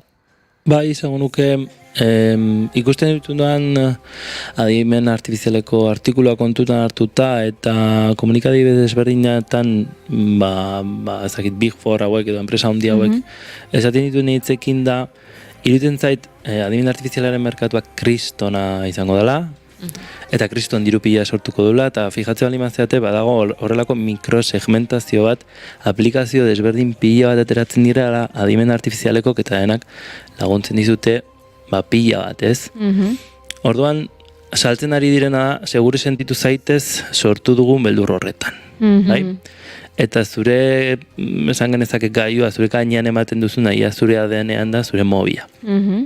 Orduan, ikusten ari naizen gauzetako bat da, nahi dutela adimen artifiziala sartu mobilan, baino ez weberan, baizik eta aplikazioran, eta honek badauke beste salto bat. Dela aplikazio batetik askoz akzeso gehiago daukezu zure gailuko informaziora web horri batean, baino web horri batean kukiak hartu ditzazkezu, baino segurtasun asuntoagatik navegadore batek ezin du zure karpeta bateko argazki batera etorri, ez? Eta horri irikitzen da beste mundu bat. Nik esate dizuet zeiteko gai izango nitzen ni, orduan pentsa zeiteko gai izango zian besteak, ez? Eta horren esango digute, ziur asko asistente personal bat behar dugula gure bizitzan adimen artifizialana, jak ez dakigun gure bizitza gobernatzen, ezta?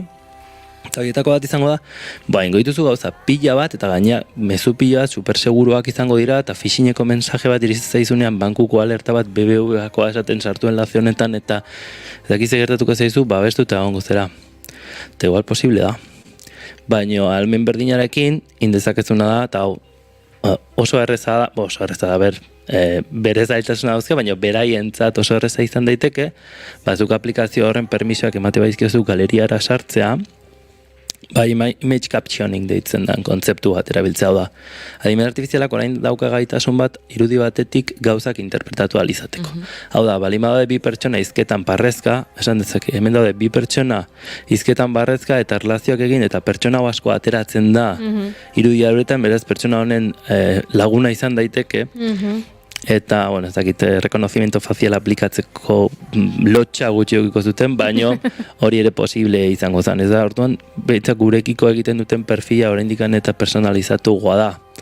Eta hori esatea bezala, eukiko ditut, nire etxeko leio guztiak itxita, eta, baino itxita ez dela sartuko inor, baina utziko dira sartzen pertsona bati nire etxea, itxiko dut, eta esango, jun gestionatzen pixkan nire etxea nola da hon, eta zaintzen, baina pertsona hori igual gure armarioetan bidatzen, hasiko eta guk ez nahi gure armarioetan bidatzea, ez? Baina hori ez dut esaten. Orduan, batzutan pixka terko jartzen naiz asunto honekin, baina iruditzen zait, daudela posibilidade pila bat, nahi okurritzen zaizkitenak, ze zai okurrituko, ez? Hain listoak diren persona horiek, ez? Eta egia da gauza honak sortu dituztela, baina aldi berean aukera horiek hor daude, orduan, nik nioke rekomendatuko norbaiti adibidez ChatGPT instalatzea bere mobilean. Ze aukera ematen dio beste gauza pila bat iteko eta esan goztu, superkomoda eta superondo ertortzen zait. Posible da, baina izan kostiente hori ere gertatu egitekeela. Eta noiz iritsiko da Europako regulazioa, igual 4 edo 5 urteta. Erosotasunaren izenean gauza askori egiten dugu. Aurreratzen dira gauza pila, eta gero esango, ez da guain ez debutziko mobileko aplikazioak adimen artifiziala izatea. Eta ja, sistema operagailuan barruan balima gaude, daukego akzesio totala. Baina hor badago ez, zuk esaten zenuen, lehioak isten ditugu, kanpotik inorre sartzeko, baina gero guk usten digu sartzen barrura. Hori da. Hori da nola saltzen diguten, edo nola erakusten diguten gauza bakoitza, bat mehatxua eta beste aukera bezala erakusten digute. Hori da, bada, ezakit aukera hori sortu, behar hori sortu, oain behartuta gaude adimen artifiziala erabiltza. Eta posible da, batzuetan ondo etorri alizatea, ez da? Baina zergatik behar dugun, askotan hona da, ez oain, ez dakit, kutxillo batzuk ez dizkigute bi saltzaile desberdinak salduko, ez? Kutxillo mota batzuk erosiko ditu eta saiatuko mantentzen, badakizulako zertarako balio den kutxillo batek, ez?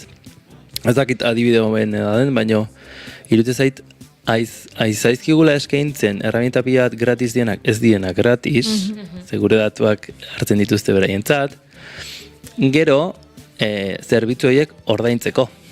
Beharra sortu ondoren, mundu guztia tren berdinean sartze bada, tren berdinean sartzeagatik sartu beharko zara, eta orduan denak, orain beste suskripzio batzuk ordaintzen ditugun bezala seriei buruz, adimen artifizialarekin eta lanerako batez ere, agian ordainduko ditugu. Hau da, negozio perfektua egia esan ez? Zuk sortzen duzu beharra, eta gero zuk sortzen duzu behar hori erantzungo duena, baina gero sortzen duzu behar horren kiko beldur bat, eta beldur hori aurre egingo diona ere, zuk sortzen duzu, eta orduan, dena egin da daukazu da. Esaten dutena bezala, ez dakit, pentsatzen dut konspirazio teoria badela, baina emakumen galtzen boltsikoak, aurreko boltsikoak beti oso estuak izaten dira. Eta esaten dute, horrela direla, boltsikoiek, galtza horiek saltzen zituen enpresa berak boltsuak egiten zituelako, eta ordan zuk erosten balin bazenuen galtza hori eta ez dauzkazu boltsikoak, derrigorrez boltxo bat erosi behar duzu boltsikoetan sartuko zenuena eramateko. Eta ordan beraiek arazoa sortzen zuten eta saltzen zizuten alternatiba bat.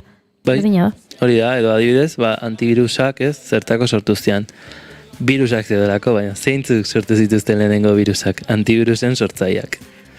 Beraz, ez dakin ikartzena sartuko nituen, baina bakia da, jende gaizto gehiago dago munduan, eta dibu apa existitzen dela, eta badala jendea aprobetxatzen nahi dela, horrelako teknologiak gaizkia egiteko, orduan nik bai jarriko nukela balantzean, eta bat ere, ez beldurtzea jendea, ez agoiatzein beste, nik esaten dut, gaur egun liburu bat idazterako garaian, adimen artifizialakin bakarrik, iruditzen zait liburu oso plano bat izango zela, eta ez zuela ez berri eskeniko, gizakiak egiten dituen gauzak disfrutatu nahi ditu. Zergatikan juten gara, ez dakit, teatro bat ikustea pertsonak zerbait interpretatzen balima daude bakarrik, ez? Edo zergatik jutega musika zuzenean entzutea MP3an ikuste balima deu, edo opera bat ikustea, edo gauza asko gizaki edo ez dakit itzaldi batetara, ez? Eta egian zerbait berriak ese duzu, ez delako bakarrik zein den edukia, baizik eta ze emozio transmititzen dituen naztemat iristen dira, beraz, nik uste dut konbibitu dezaketela, eta iritsi daitekela, normalizatzea, eta ez dakit gu, baino gure seme alabak normalzatatuko duten zerbait izango dela, baino gaur egun gertatuko dena asko izango da, emango dizute aukera gauza super guai bat iteko, izango zea lehenengo afilan, eta izango zea lehenengo biktima.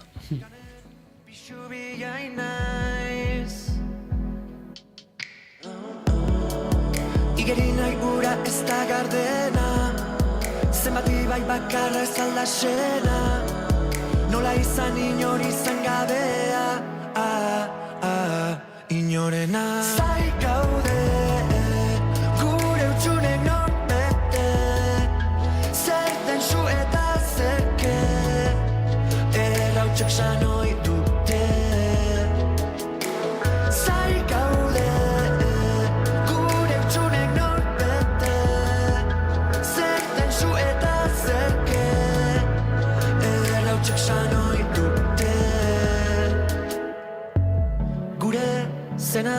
galduz bestean ezan gea.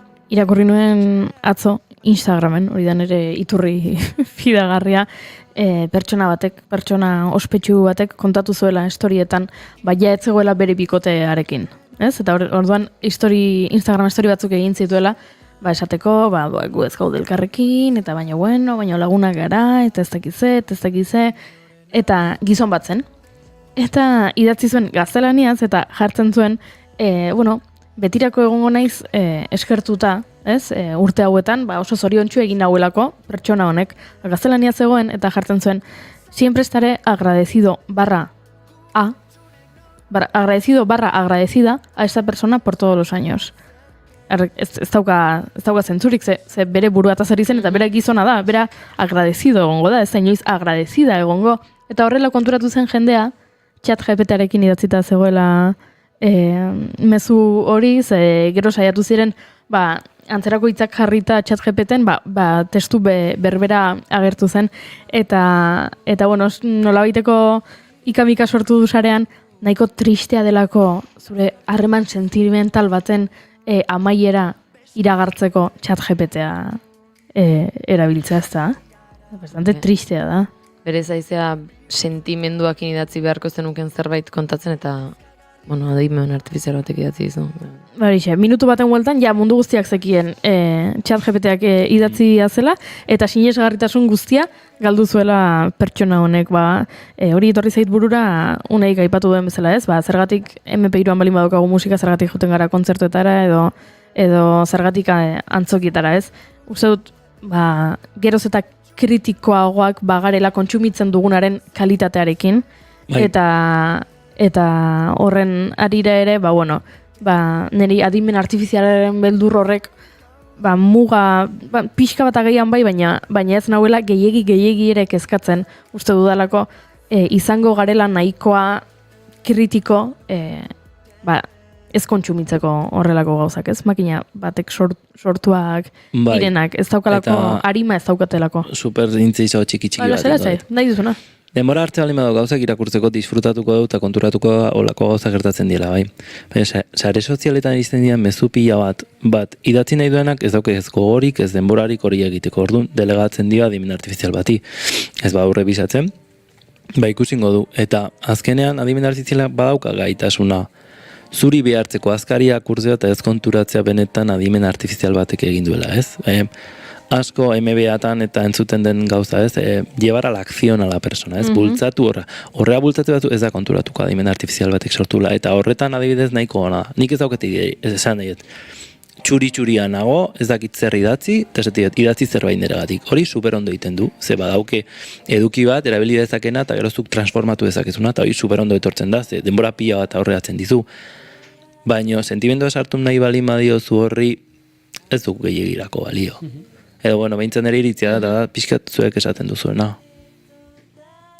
Eskerrik asko Unai Elordi Hidalgo, beste behin gurera etortzeagatik. Placer beti ez dela. Eta gauzatxoa kontatzeagatik. Ez da zurea iluna daukat gordean, errurik ez da ordean, nire. Eta gu, bagoaz aurrera. Ara?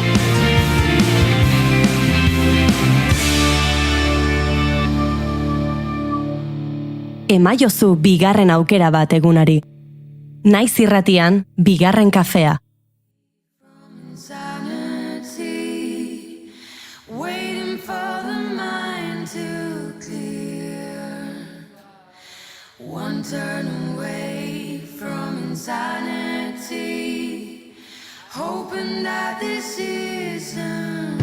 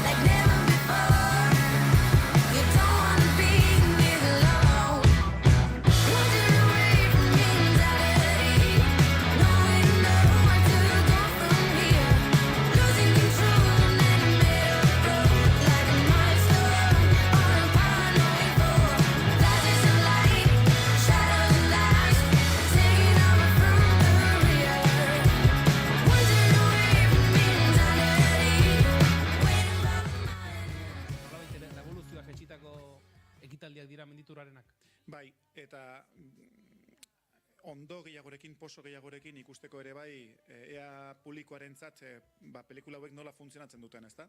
Ze geuk bai, abenduko jaialdia gertatu aurretik, hautaketa prozesu horretan ikusten ditugu lehendabizi pelikulak, gero egia da eta detaile oso garrantzitsu bat gehitze zaiela, geok sortzen ditugun azpitituluak gehitzen dizkiegu pelikulai eta hartu behar dugu, hemen atzerreko hizkuntzetan datoz pelikuletako gehienak eta gutxiago gehiago jarrai ditzakezu, bertsio originalean ikusita entzunda, baina ja behin azpitituluak gaineratzen dizkiegunean eta orduan ere oraindik sakonago ikusi eta gozatzen dituzu, ezta? Hori gertatzen zaigu ja abenduan bertan, festivalan ikusten ditugunean, baina karo, festivaleko su hortan, tsunami handi horretan, apreziatzea ere ez da hain erraza izaten.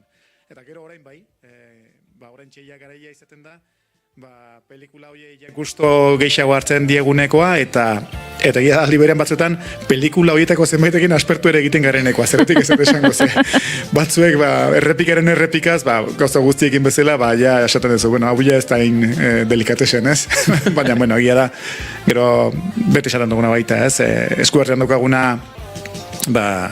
Urdeazpiko oso ona da, eta alde horretik ere, gustora beti pelikula hauek batera eta bestera ikustarekin, eta bat jendearen reakzioak ikustarekin. Hori da, Urdaiazpikoa aipatu duzu, Urdaiazpikoak akaso izan ditzake, zati oso gozoak eta xamurrak, baina akaso zati lehorren bat ere tokatu liteke, kaso honetan menditurre zati goxoak bakarri datoz, esan nahi dut hautaketa eginda dago, eta hor, onenetik onena hartuta zatozte. Bai, eta egia da, aurten eta katalogari utxiko balin badiogu, 26 pelikula dabilzkigu menuan, kartan, eta sekula baino gehiago dira.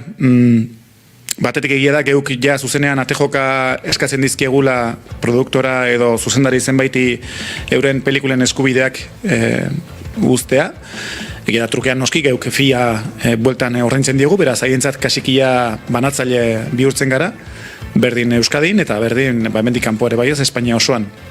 Eta alduratik aurten gehiago izan zen, geure aurre ikuspen bati esker ere bai, baina beraien jarrera geuri galdetu zaizu eta menditurrak nola funtzionatzen du. Alegia interesa, menditurra martxan jarri aurretik ja agertzen digula normalean bai ekoiztetxeek eta bai zuzendariek, alegia mundutxo honek, industria honek. Eta alaxe esan da bezala, aurten ja 26 pelikula zazutako katalogo oparo bat daukagu, denetariko pelikulak, film laburrak, film ja metraje luzeagokoak, animaziozkoak, fikzionatu den zerbait ere bai, dokumentala gehien bat, denetarik eta alde horretekan menuak osatzeko ere, beti aukera oso zabala izaten da.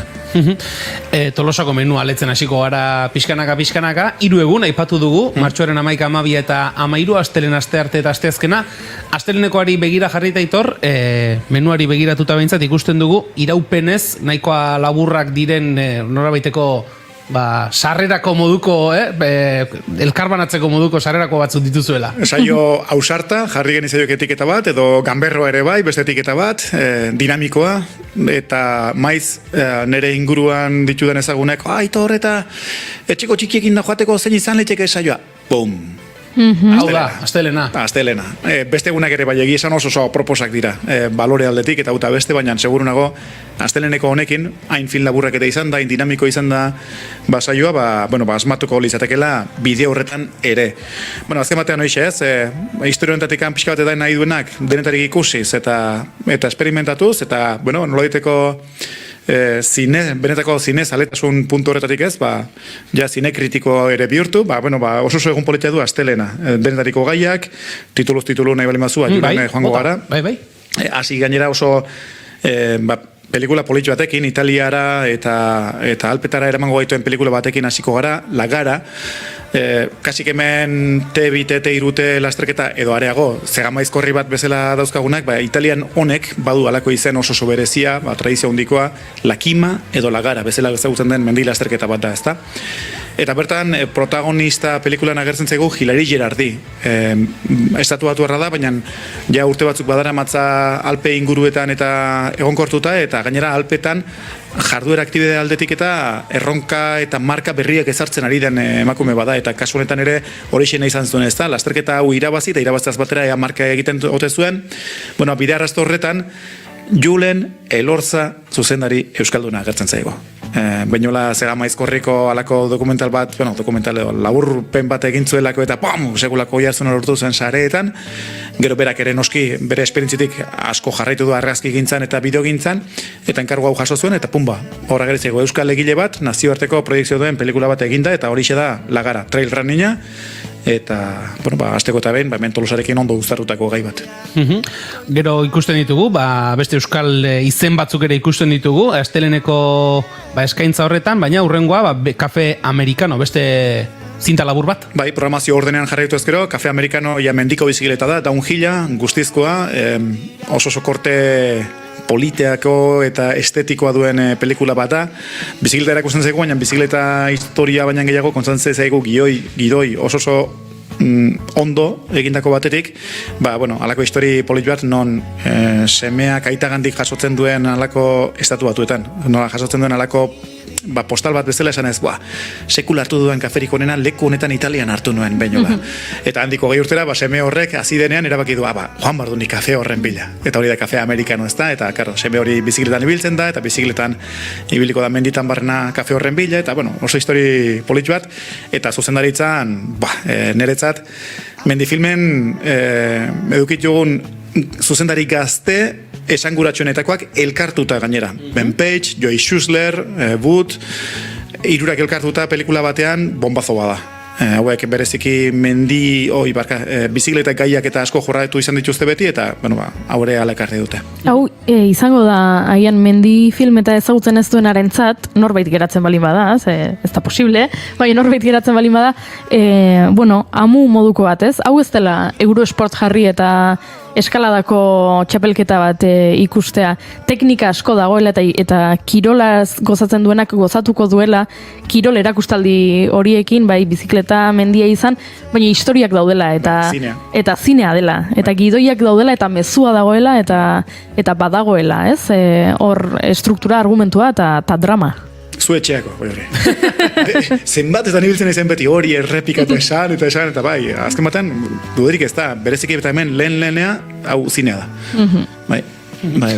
Bueno, Aitor, eta hurrengo pelikulari begira jarrita, lagun zarraz, Mikel Sarasola, abenduko jaialdi handiaren atarian izan genuen, hemen bigarren kafean elkarrekin izan ginen hartan, eta hauek kaiakak, Pirineoa eta abentura, hauek ere bai. Bai, orduko hartan, jaipatu zizuen bi pelikula zeuzkala festivalean, bata hau, hemen daukagun film laburra hause, zerbait aldatu da, Pirinotako Ara ibaiaren esplorazio bat da, Jan Lague bere kideak eta biek Ara ibaia kasik sorburutik hartu eta ea nabigagarria izan ote ziteken ikertu nahi izan zuten, eta horixe da, esplorazio bidei bat, hemendik etxetik bertatik bertara, Pirineotan bertan, eta oso histori polit bat, euskeraz ere kontatua gainera, Mikel Sarasolaren narrazioan, eta beste behin, Mikel Sarasola zigilua, berme oso on bat. Gero, elkarrezketa hartan baitere aipatuko zizuen Ice Waterfalls, pelikula Red Bullekin eta eta nazioarte mailako sonarekin aurkezteko azotela aurkeztu zen Bilbon abenduan, egia da, baina oraindik ere nola baitere eskufrenu emanda daukate pelikula, ez dute publikatu. Ordean daukate. Bai, Red Bull TV zai gaudea, noizko prestatzen duten eta noiz publikatzen duten, beraz, arro esan genezake, oraindik pelikula hori soilik Bilbon ikusi da. Euskal Herrian. Titularra hor geratzen da. Asteleneko eskaintza osatzen joate aldera, Aitor, oraindik ere beste bi pelikulatxo badauzkagu, eta hoietako bat, kaso astelenean emango den luzeena, 2023ko mendi filmen, argazkilaritza honenari saria jaso duen pelikula. La Ligne de Lange, aingeruaren lerroa. Etxea usartu izenburuarekin Julen? Ez. Inguruan horrela hitz egiten duen jendea dukita zertarakoan kasartu. Hau esan da gero, frantsesa ondo esaten duen eta ondo hitz egiten duen norbaitek zer dion. En fin. Bai, hau ere histori oso potentea da, beste bat, erronka mailan ere ikeragarria, munduan sekula egin den linearik luzeena egin nahian, highline bat, eta gainera Mount Saint-Michelen. Horre ja Frantzia iparraldean, paraje zoragarri batean, eta oso estetikoa, ez zen alperrek irabazi pelikulonek argazkilaritza honenaren saria, eta lasaia badena, eta gainera saio bukaeran nola baitere programatu dugu, gero horrek bide eman dizaion azkeniko eguneko gindari, baina horrei buruz hitz egin aurretik, horren aurreko pelikula ere, benetan da oso estetikoa baita ere, Elena Bourguignon Britaniarra da eta apnea igerilaria, edo, ez dakit urpekaria, esan genezake ez da, eta Light Beans for Elena izena duen pelikula dakarki. Film labur bat da, non garbi erakusten duen bere buru barne borrokak maiz izan dituela, suizidioa buruan izateraino, depresio batzuen eta ondotik eta bar, eta nola horri aurre egiteko hasi zen apnea praktikatzen. Eta horrentxe ja garaia da, non apnean sekulako markak egiten ari den emakume hau. Ez horren bilerako, baizik eta horrek guztiak aportatzen dionagatik ez, eta film labur honetan horixe erakusten du, Mexikon baso erdi batean, zoragarri gertatzen den putzu batean nola murgiltzen den metroak eta metroak eta metroak sakontasun ilun batetaraino ez. Eta hori nola garbatuta dagoen, da fascinantea, benetan, oso liluragarria da, eta hori Leidorreko pantailan ikaragarri izango da.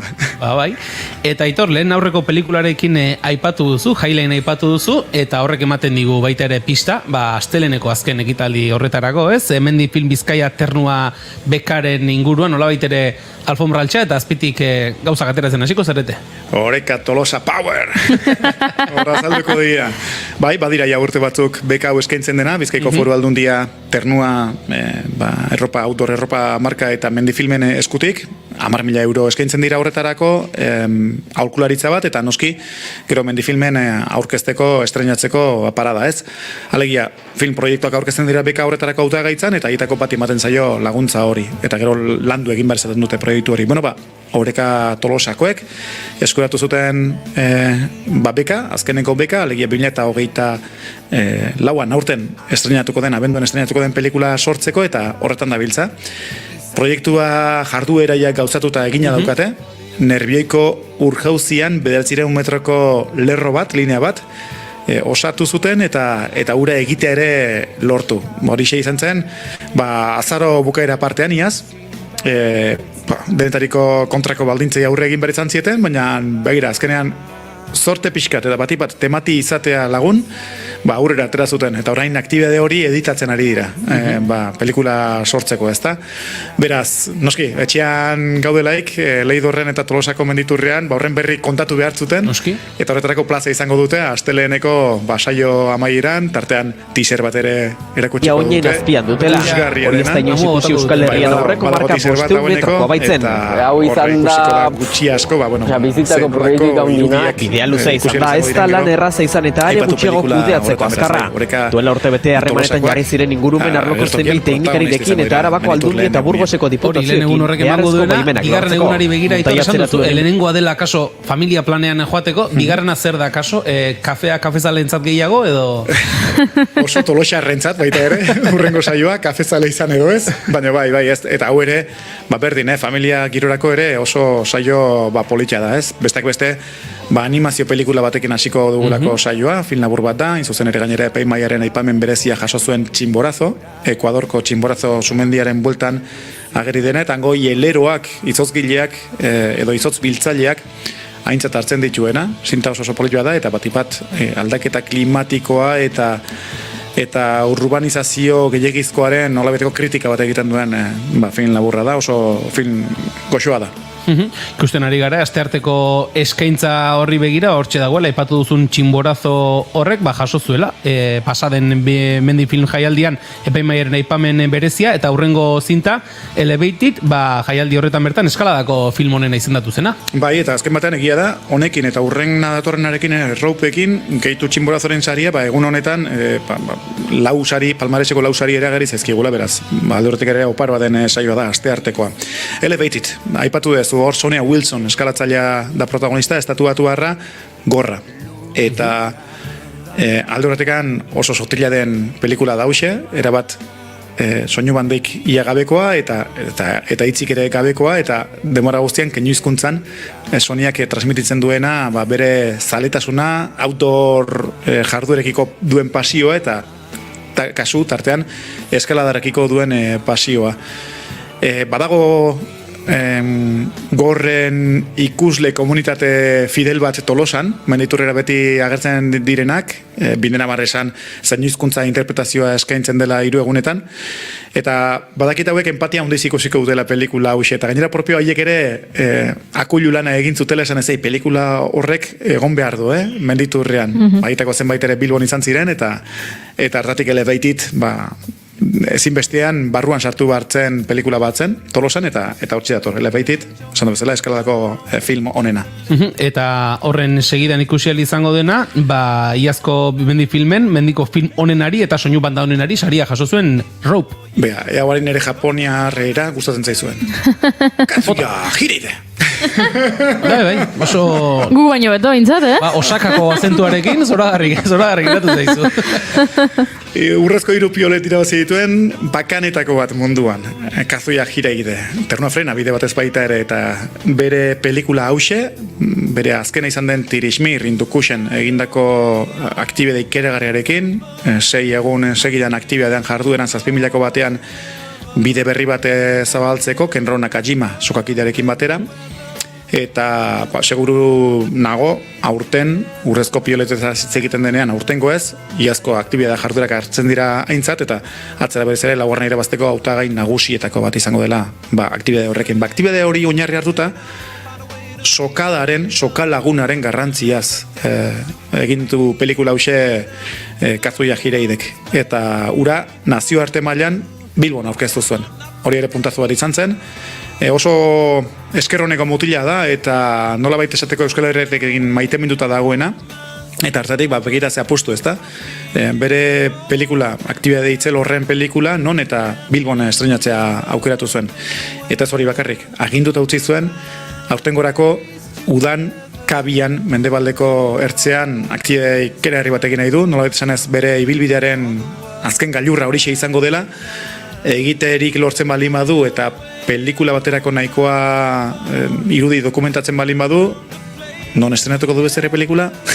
Zen beharrik ez dago. Bueno, aginduko utzi zuen eta itzeko mutila zen, beraz gu txoratzen gaude, urtean ere abenduan berrizek Kazuiaren lanik ere izaten ote dugun. Kasu honetan Rope, horixe da ez gainera bisari lortu zituen, soinu banda onenaren saria eta alpinismoko eta mendiko pelikularik onenaren saria. Eta asteartekoa amaitzeko, nola baitere, Aitor, bidea, helburua baino edo bezain garrantzitsua dela frogatzen duen pelikula bat, ez? Hortxe helburu baterako etxetik abiatu eta helburu horretarako bidea ere nolako izan den kontatzen duena. Esaten izuen hasieran gainera oso toke tolosarra zeukala saio honek, pero pelikula honek islatzen du ongien, ezta? Bidea.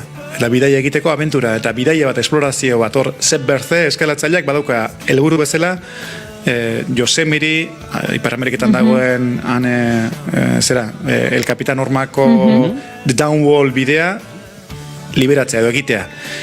Eta horretarako ez du nola nahi iritsi nahi ara.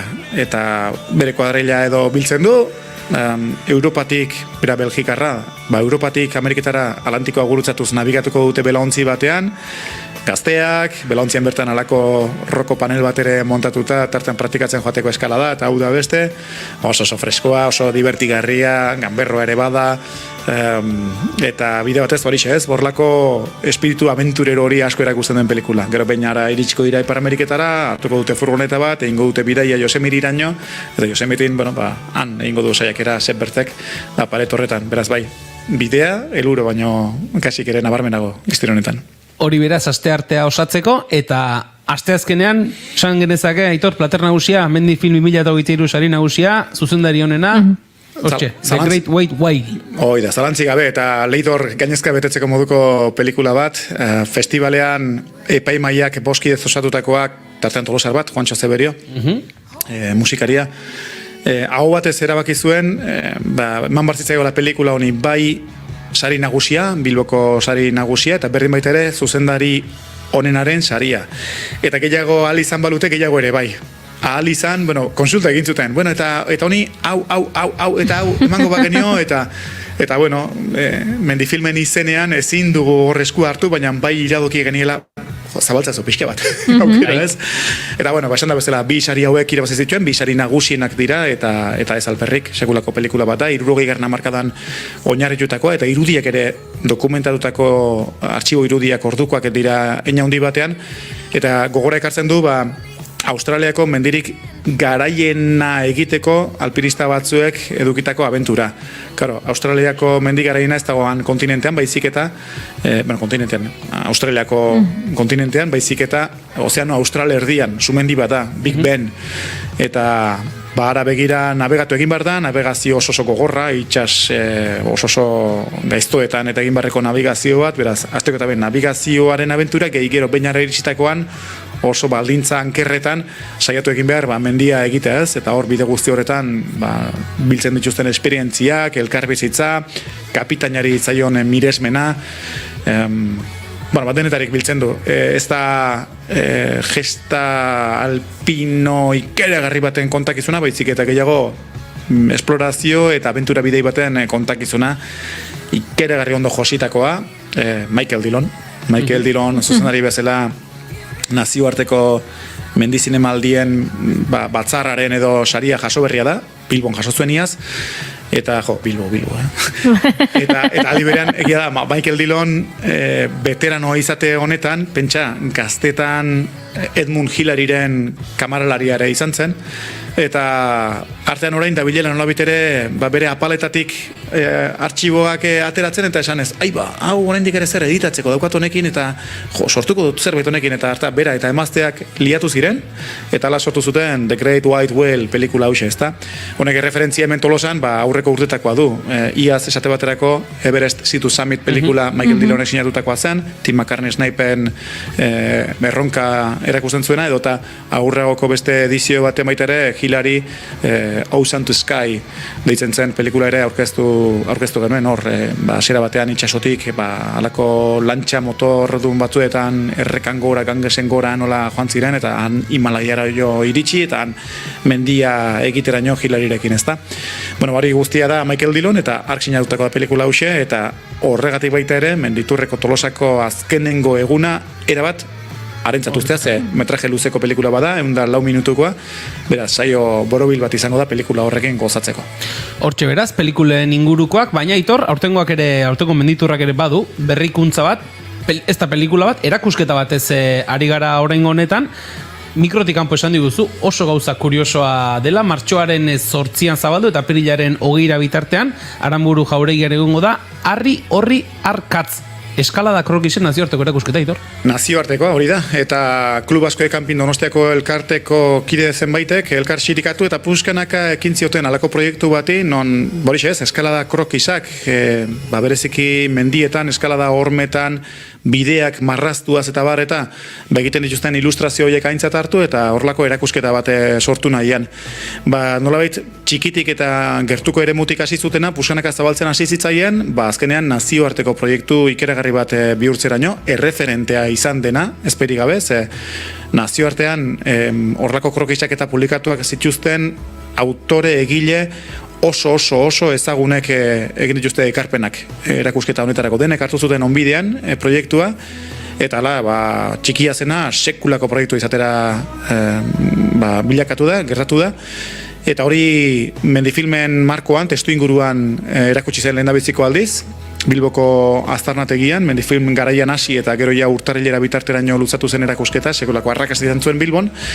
Eta hauxe du orain, bigarren erakustaldia nolabait esateko, Gipuzkoan lehena, Tolosan, esan da bezala, martxoaren 8tik aprilaren 20 bitartean, Harri Horri Arkatz, eta gainera, atal berri berezi batekin.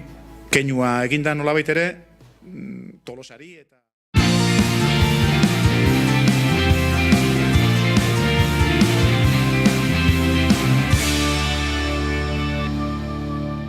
Keep calm and bigarren kafea.